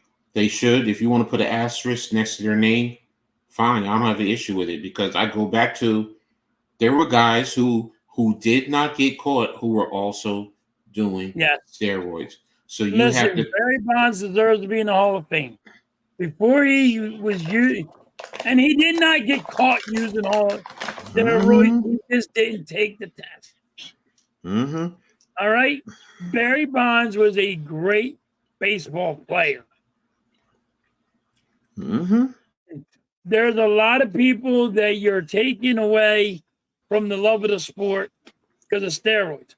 But then again, I mean, if somebody gambled, you should put his ass in the Hall of Fame too, and Pete Rose. I don't think you should never. I think Pete Rose should be in the Hall of Fame. What did Pete Rose do as a baseball player that deserves not to be in the Hall of Fame? Great. As a baseball player, what did Pete Rose do that he don't belong in that Hall of Fame? Nothing. He didn't even gamble. He got gambling when he was coaching. Bro, I'm with you on that. I'm totally with you on that. It's like, wait a minute. That's where baseball loses a lot of fans with the holier than thou type of. I get what your intent is, right? But if you're talking about what they did on the field, well, then if that's the case, then you should go back. I'm sorry. You can go back and say things about Ty Cobbs and his racist attitudes and, and a lot of those players from that era. Are you going to? I like Ty Cobb as a baseball player. Okay, yes, he got out of hand being racist and all, but he was a good baseball player. But that's the thing, though. It's everybody's. I think when you see these guys light up the field, it is different. I only look at it as look what they did on the field. Exactly. That's where it's supposed to be. That's where it should be. That's where it stop. And I don't care where you want to. If you want to look at football, Terrell Owens.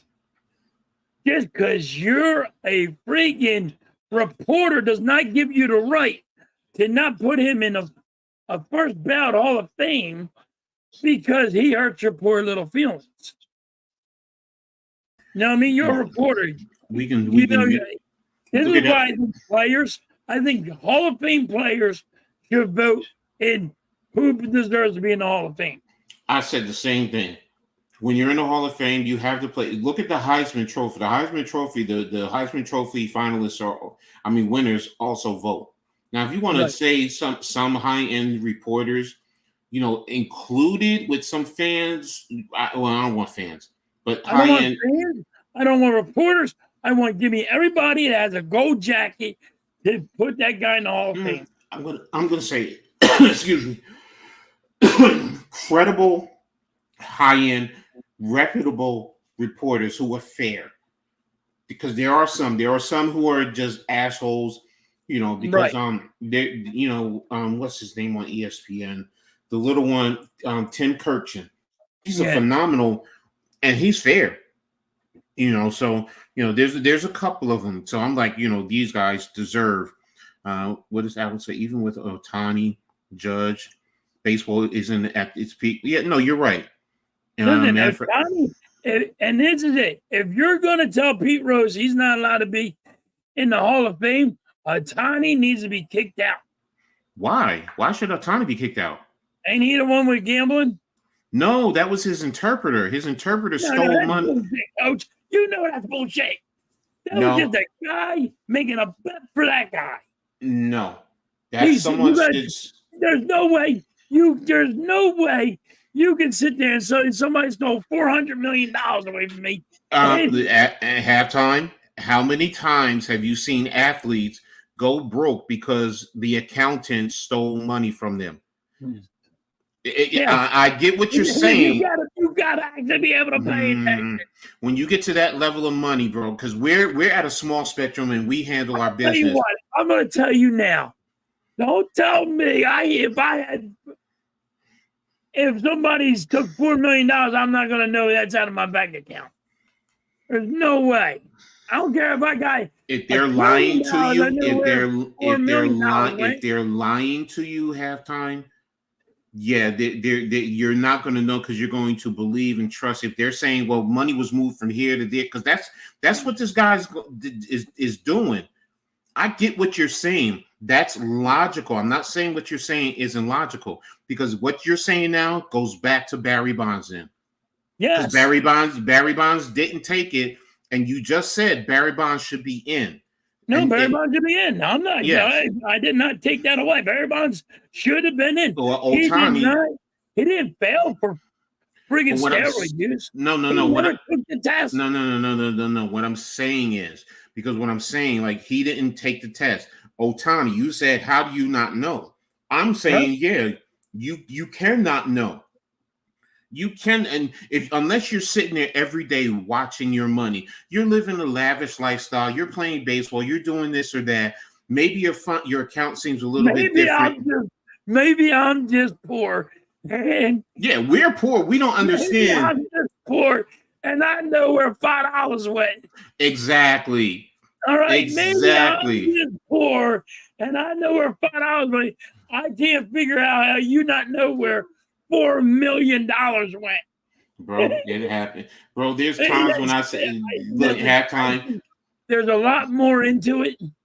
It probably They're not going to is. get into it because he's the best player in baseball.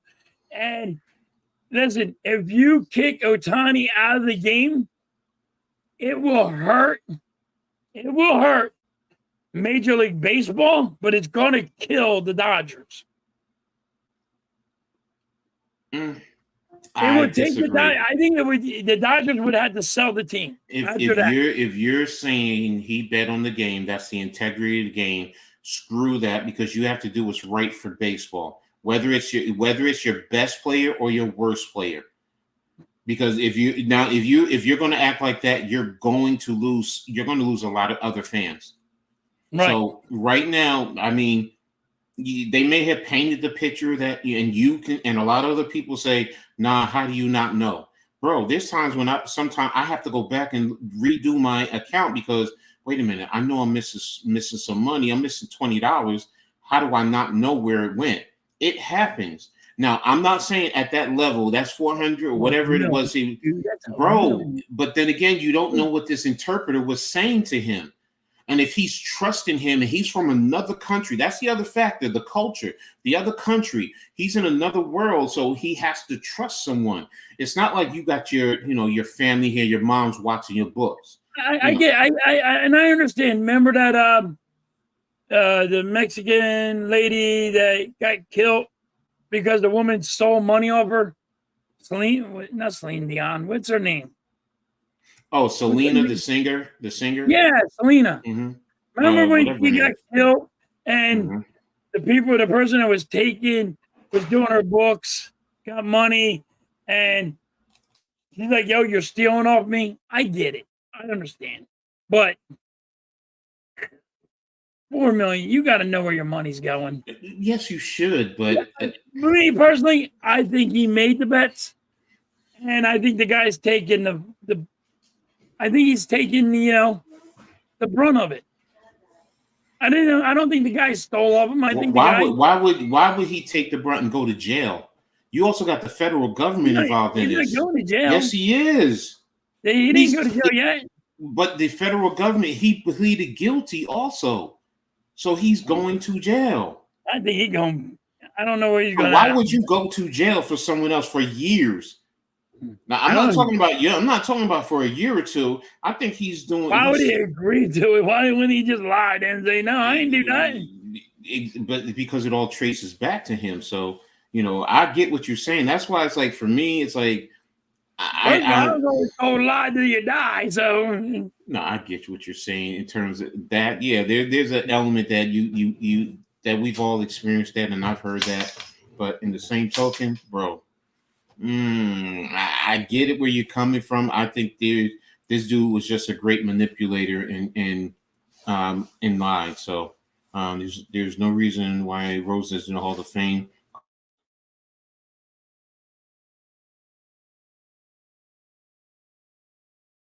Because of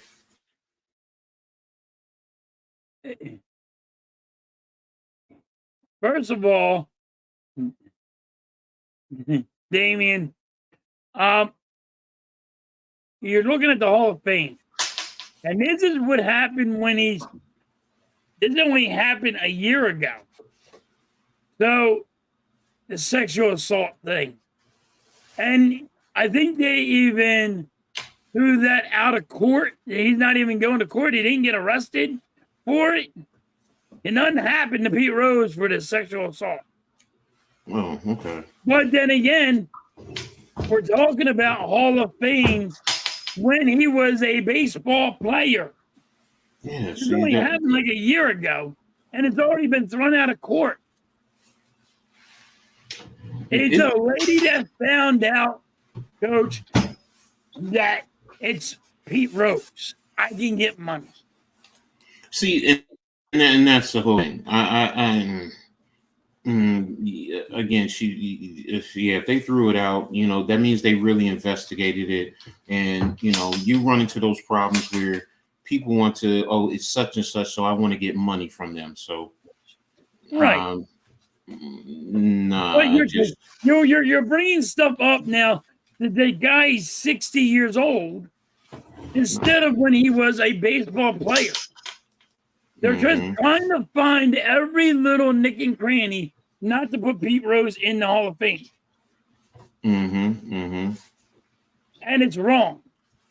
Barry Bonds, they're going to find every little nick and cranny they can not to put him in the Hall of Fame.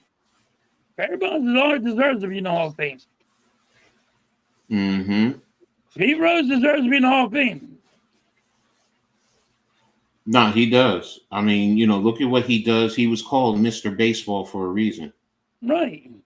So I get it. I understand people don't like some of the things he did off the court, off the diamond. But the bottom line is, what did he do on the field? Yes. When he played the game and when he retired, was he still in a good light? Yes. So, now if you want to say. Like he went as a coach. He should have been as a coach. And when he was a coach, he should have been already inducted in the Hall of Fame. Now they want to he gambled on baseball. then Otani should be kicked out. Because you can't, there's not enough proof that he didn't not gamble. And I understand that guy's if he stole the money, I don't know. I say Adani was gambling. When you have the federal government involved in it too, that's why it's like, there's right. When you have the federal government involved in it, and it ain't okay. The guy says I'm guilty, but they're all like, and the federal government hasn't. You're not indicted. It's not over yet. He's not in jail. But he pleaded guilty. Okay, he pleaded guilty, but he's not in jail yet, Coach. Well, they just didn't sentence him. There's a difference. You play guilty, so your court case is done. So it's just a matter of, you know what? But it's still being investigated. No, it's closed. They just waiting to get sentenced him. Once you plead guilty, it's done. Yeah. I thought they were still investigating everything. No, they said they even absolved Otani. They said he wasn't involved. That's what I'm saying. It's like, they said this guy lied, and this guy said I didn't hear that part. I heard, he pleaded guilty, but I didn't hear that all the investigations were done. Yeah, I didn't hear all that. Yeah, bro. Trust me. That's why I was looking at it, and that's why it's like, he pled guilty, and now we're just waiting for him to get, go to court, and that's pretty much it. So let me see. It could have been done a long time ago. Then when he was playing this, it happened. I saw it on the documentary there.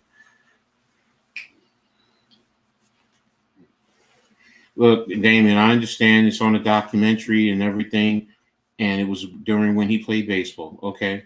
But again, if it was thrown out of court, there are things. Look, people think that when you see documentaries or what you see in the media is set in stone the truth. Right. Bro, I did journalism, and there's things that I learned that I was just like, oh, wow, that's, there's a lot of things that are not true. Journalists and writers, they want to steer the narrative towards them so they can become popular because they can get paid. Right now, you click on and you like articles for this writer. That's really how they generate the money to get paid. That's the problem. Everybody wants to say, oh, well, this writer said this, and this. And that's signed, sealed, and delivered. It's not. Do you know how many athletes have to deal with sexual assault charges? There's a lot of them. Yeah, I mean, almost every athlete has a sexual assault charge on them.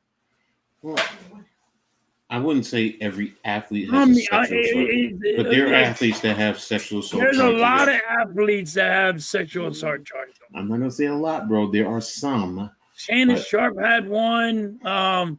Sexual accusations.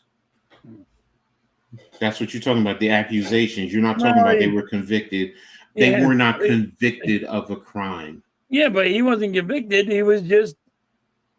It was an allegation. Yes.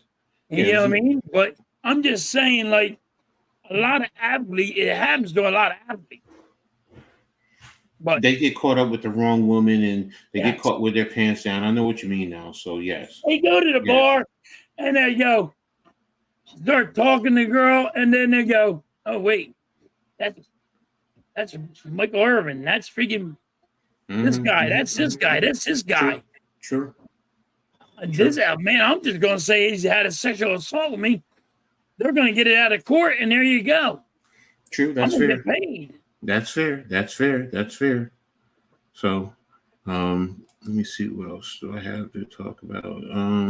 Victor says he faces a maximum sentence of 33 years in prison, 5 years of supervised release, and a $1.25 million, and he'll be sentenced on October. That's what I was saying at halftime. So he's only gonna wait a minute. He stole $4 million and only has to pay $1.2 million. But he's in prison for 33 years. What is that money going to do for you? He's in prison for 33 years. Is he going to go to prison? Yes. Or is he Think about going? this. Think about Or this. He's is going he to go going to to go prison. somewhere else? No, he's Is going to it go to right now? prison. No. He's going to prison because here's the other factor. He's from an international company, so he Yeah, also is going to get deported once he's done with paying his whatchamacallit. So, yeah, you can say that's what I'm saying. Is he just going to go get deported? no. After his prison time, you serve the prison time first. You go Well, through then the justice system. he'll never see the light of day. In a sense, yes. That's what I'm saying. If he gets off, usually you got to serve 85% of your time, and I think that's with the federal government. It's mandated 85%, if I'm not mistaken. So if he's doing 33 years times 0.85, oops, 0.85. So he has to do a little over 28 years in prison. Yeah, and then So you're thinking, what's he? So The then you're going to do age? parole. Then he has 5 years of supervision. So you have all of that to roll over Yeah, before he gets he'll deported. So, he'll never make it. He'll never make it. He'll be dead by the time he's done. well, I mean, I thought he was in his 30s. So, I mean, it's possible he could make it. But again, I don't know. I I don't don't know. know So, I didn't hear I didn't hear that he's getting 33 years. yeah, no, I knew he was getting some time. I did hear he's getting time, but I didn't hear the whole story. But then again, he gets sentenced in October. So Hmm. not official yet. Do you get your sentence? Do you go a year behind bars? I don't think anything's official. Well, okay, yeah. The guilt to me is was once you go to court and you plead guilty. To me, that's official. The only thing to finalize is just getting the amount of time you have to pay back. That's Right. it. So, or not pay back, but the amount of time you have to pay. So, let me touch on this too before we start to get ready to get out of here. Nick asked earlier about hoops, and I wanted to just touch on the Lonnie Walker to the Celtics. Um, I mean, it's a nice deal. We talked about it with NYG. Walker is a good guy. He's going to back up Derek White. So he They does just got a bring lot better. yeah. So he brings he does bring some scoring relief. He's okay as a defender as far as I remember. So it's a good pickup for them, but it doesn't change. It's not like it makes them that much better than every other team in the in the in the in the league. I mean, they were already better than most. So, Yeah. if you want to say that, they were, say 25% better, this just makes them 26%, 27%, somewhere in that range. For me, it's not that big of a deal to, oh my gosh, like with the Sixers when bringing on Paul George. It's not to that magnitude, no. But it's a nice one. It's good for them. It will help them, but the question I want to see is how do they handle now having Porzingis to start, because he's out with an injury. So, that's really it is with them. So, that's what I wanted to see with them. So, but other than the Phillies game tonight, what else do you have going on? I got the Phillies game tonight. Then I got the Phillies game tomorrow. Mm-hmm. I don't know what I'm doing Monday through Friday. I'm off Monday, Coach. No work Monday Oh yeah, because of the holiday. because there's a holiday. So Yeah. I'll probably do maybe a rant rate. Oh, I might okay. rant about something on Coach on Monday when I ain't got nothing to do. Okay. Look I might forward have to to that. yell about something. I don't know what I'm gonna Okay. yell about though. He ain't yell Okay. about football yet. He ain't here yet. So I can't say, hey, it's you know what I mean? I can't say nothing bad about my team yet. Got you. Well, as far as me tonight, I got I'm streaming the Notre Dame and Texas A&M game at 7:30. I'm also on Monday. I mean tomorrow. I have the Giants conversation as well as covering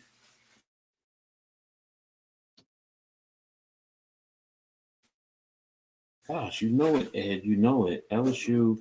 Who's LSU playing again? I know I'm covering a college game tomorrow, Sunday at 7:30. So, and I know it's against LSU. Scores Sunday, September 1st. LSU, UCLA, USC. That's what I'm covering. So, I'll be covering that game on Sunday, Monday. The coach and adjust. I'm sorry. Coach Ed's Reading the Text Sports Show Tuesday. Heart of the City Wednesday, Pick and Roll podcast, as well as doing it for the R where I cover Rutgers athletics. Thursday will be the full court press where we talk about the WNBA.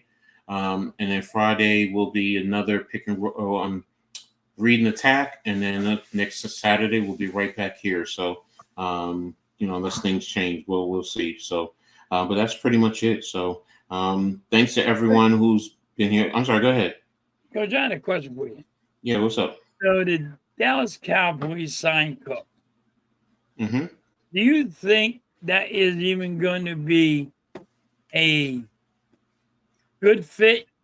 Do you think he's just going to stay on the practice squad, or how do you think that pans out? I don't think it's a good fit for the Dallas Cowboys, but It's to be I want determined. your opinion.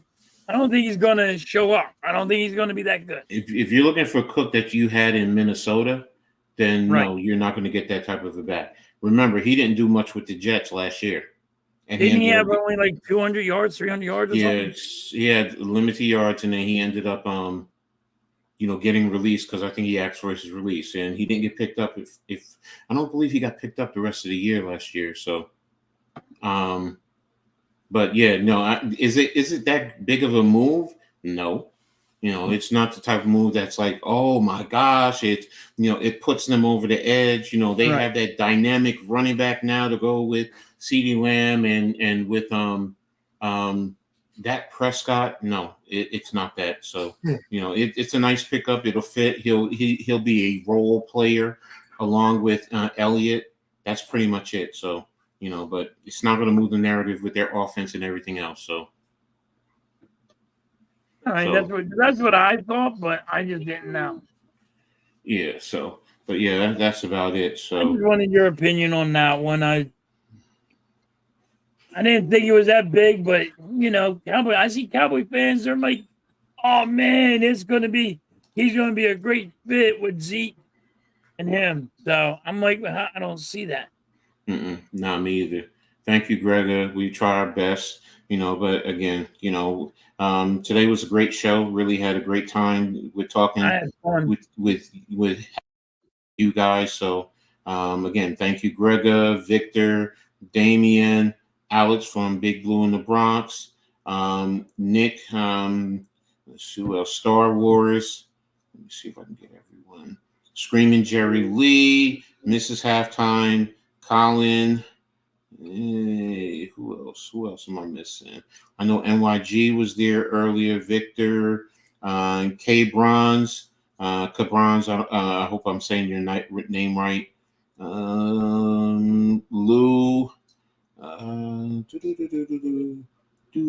Victor, Arku, Greg, got him. Let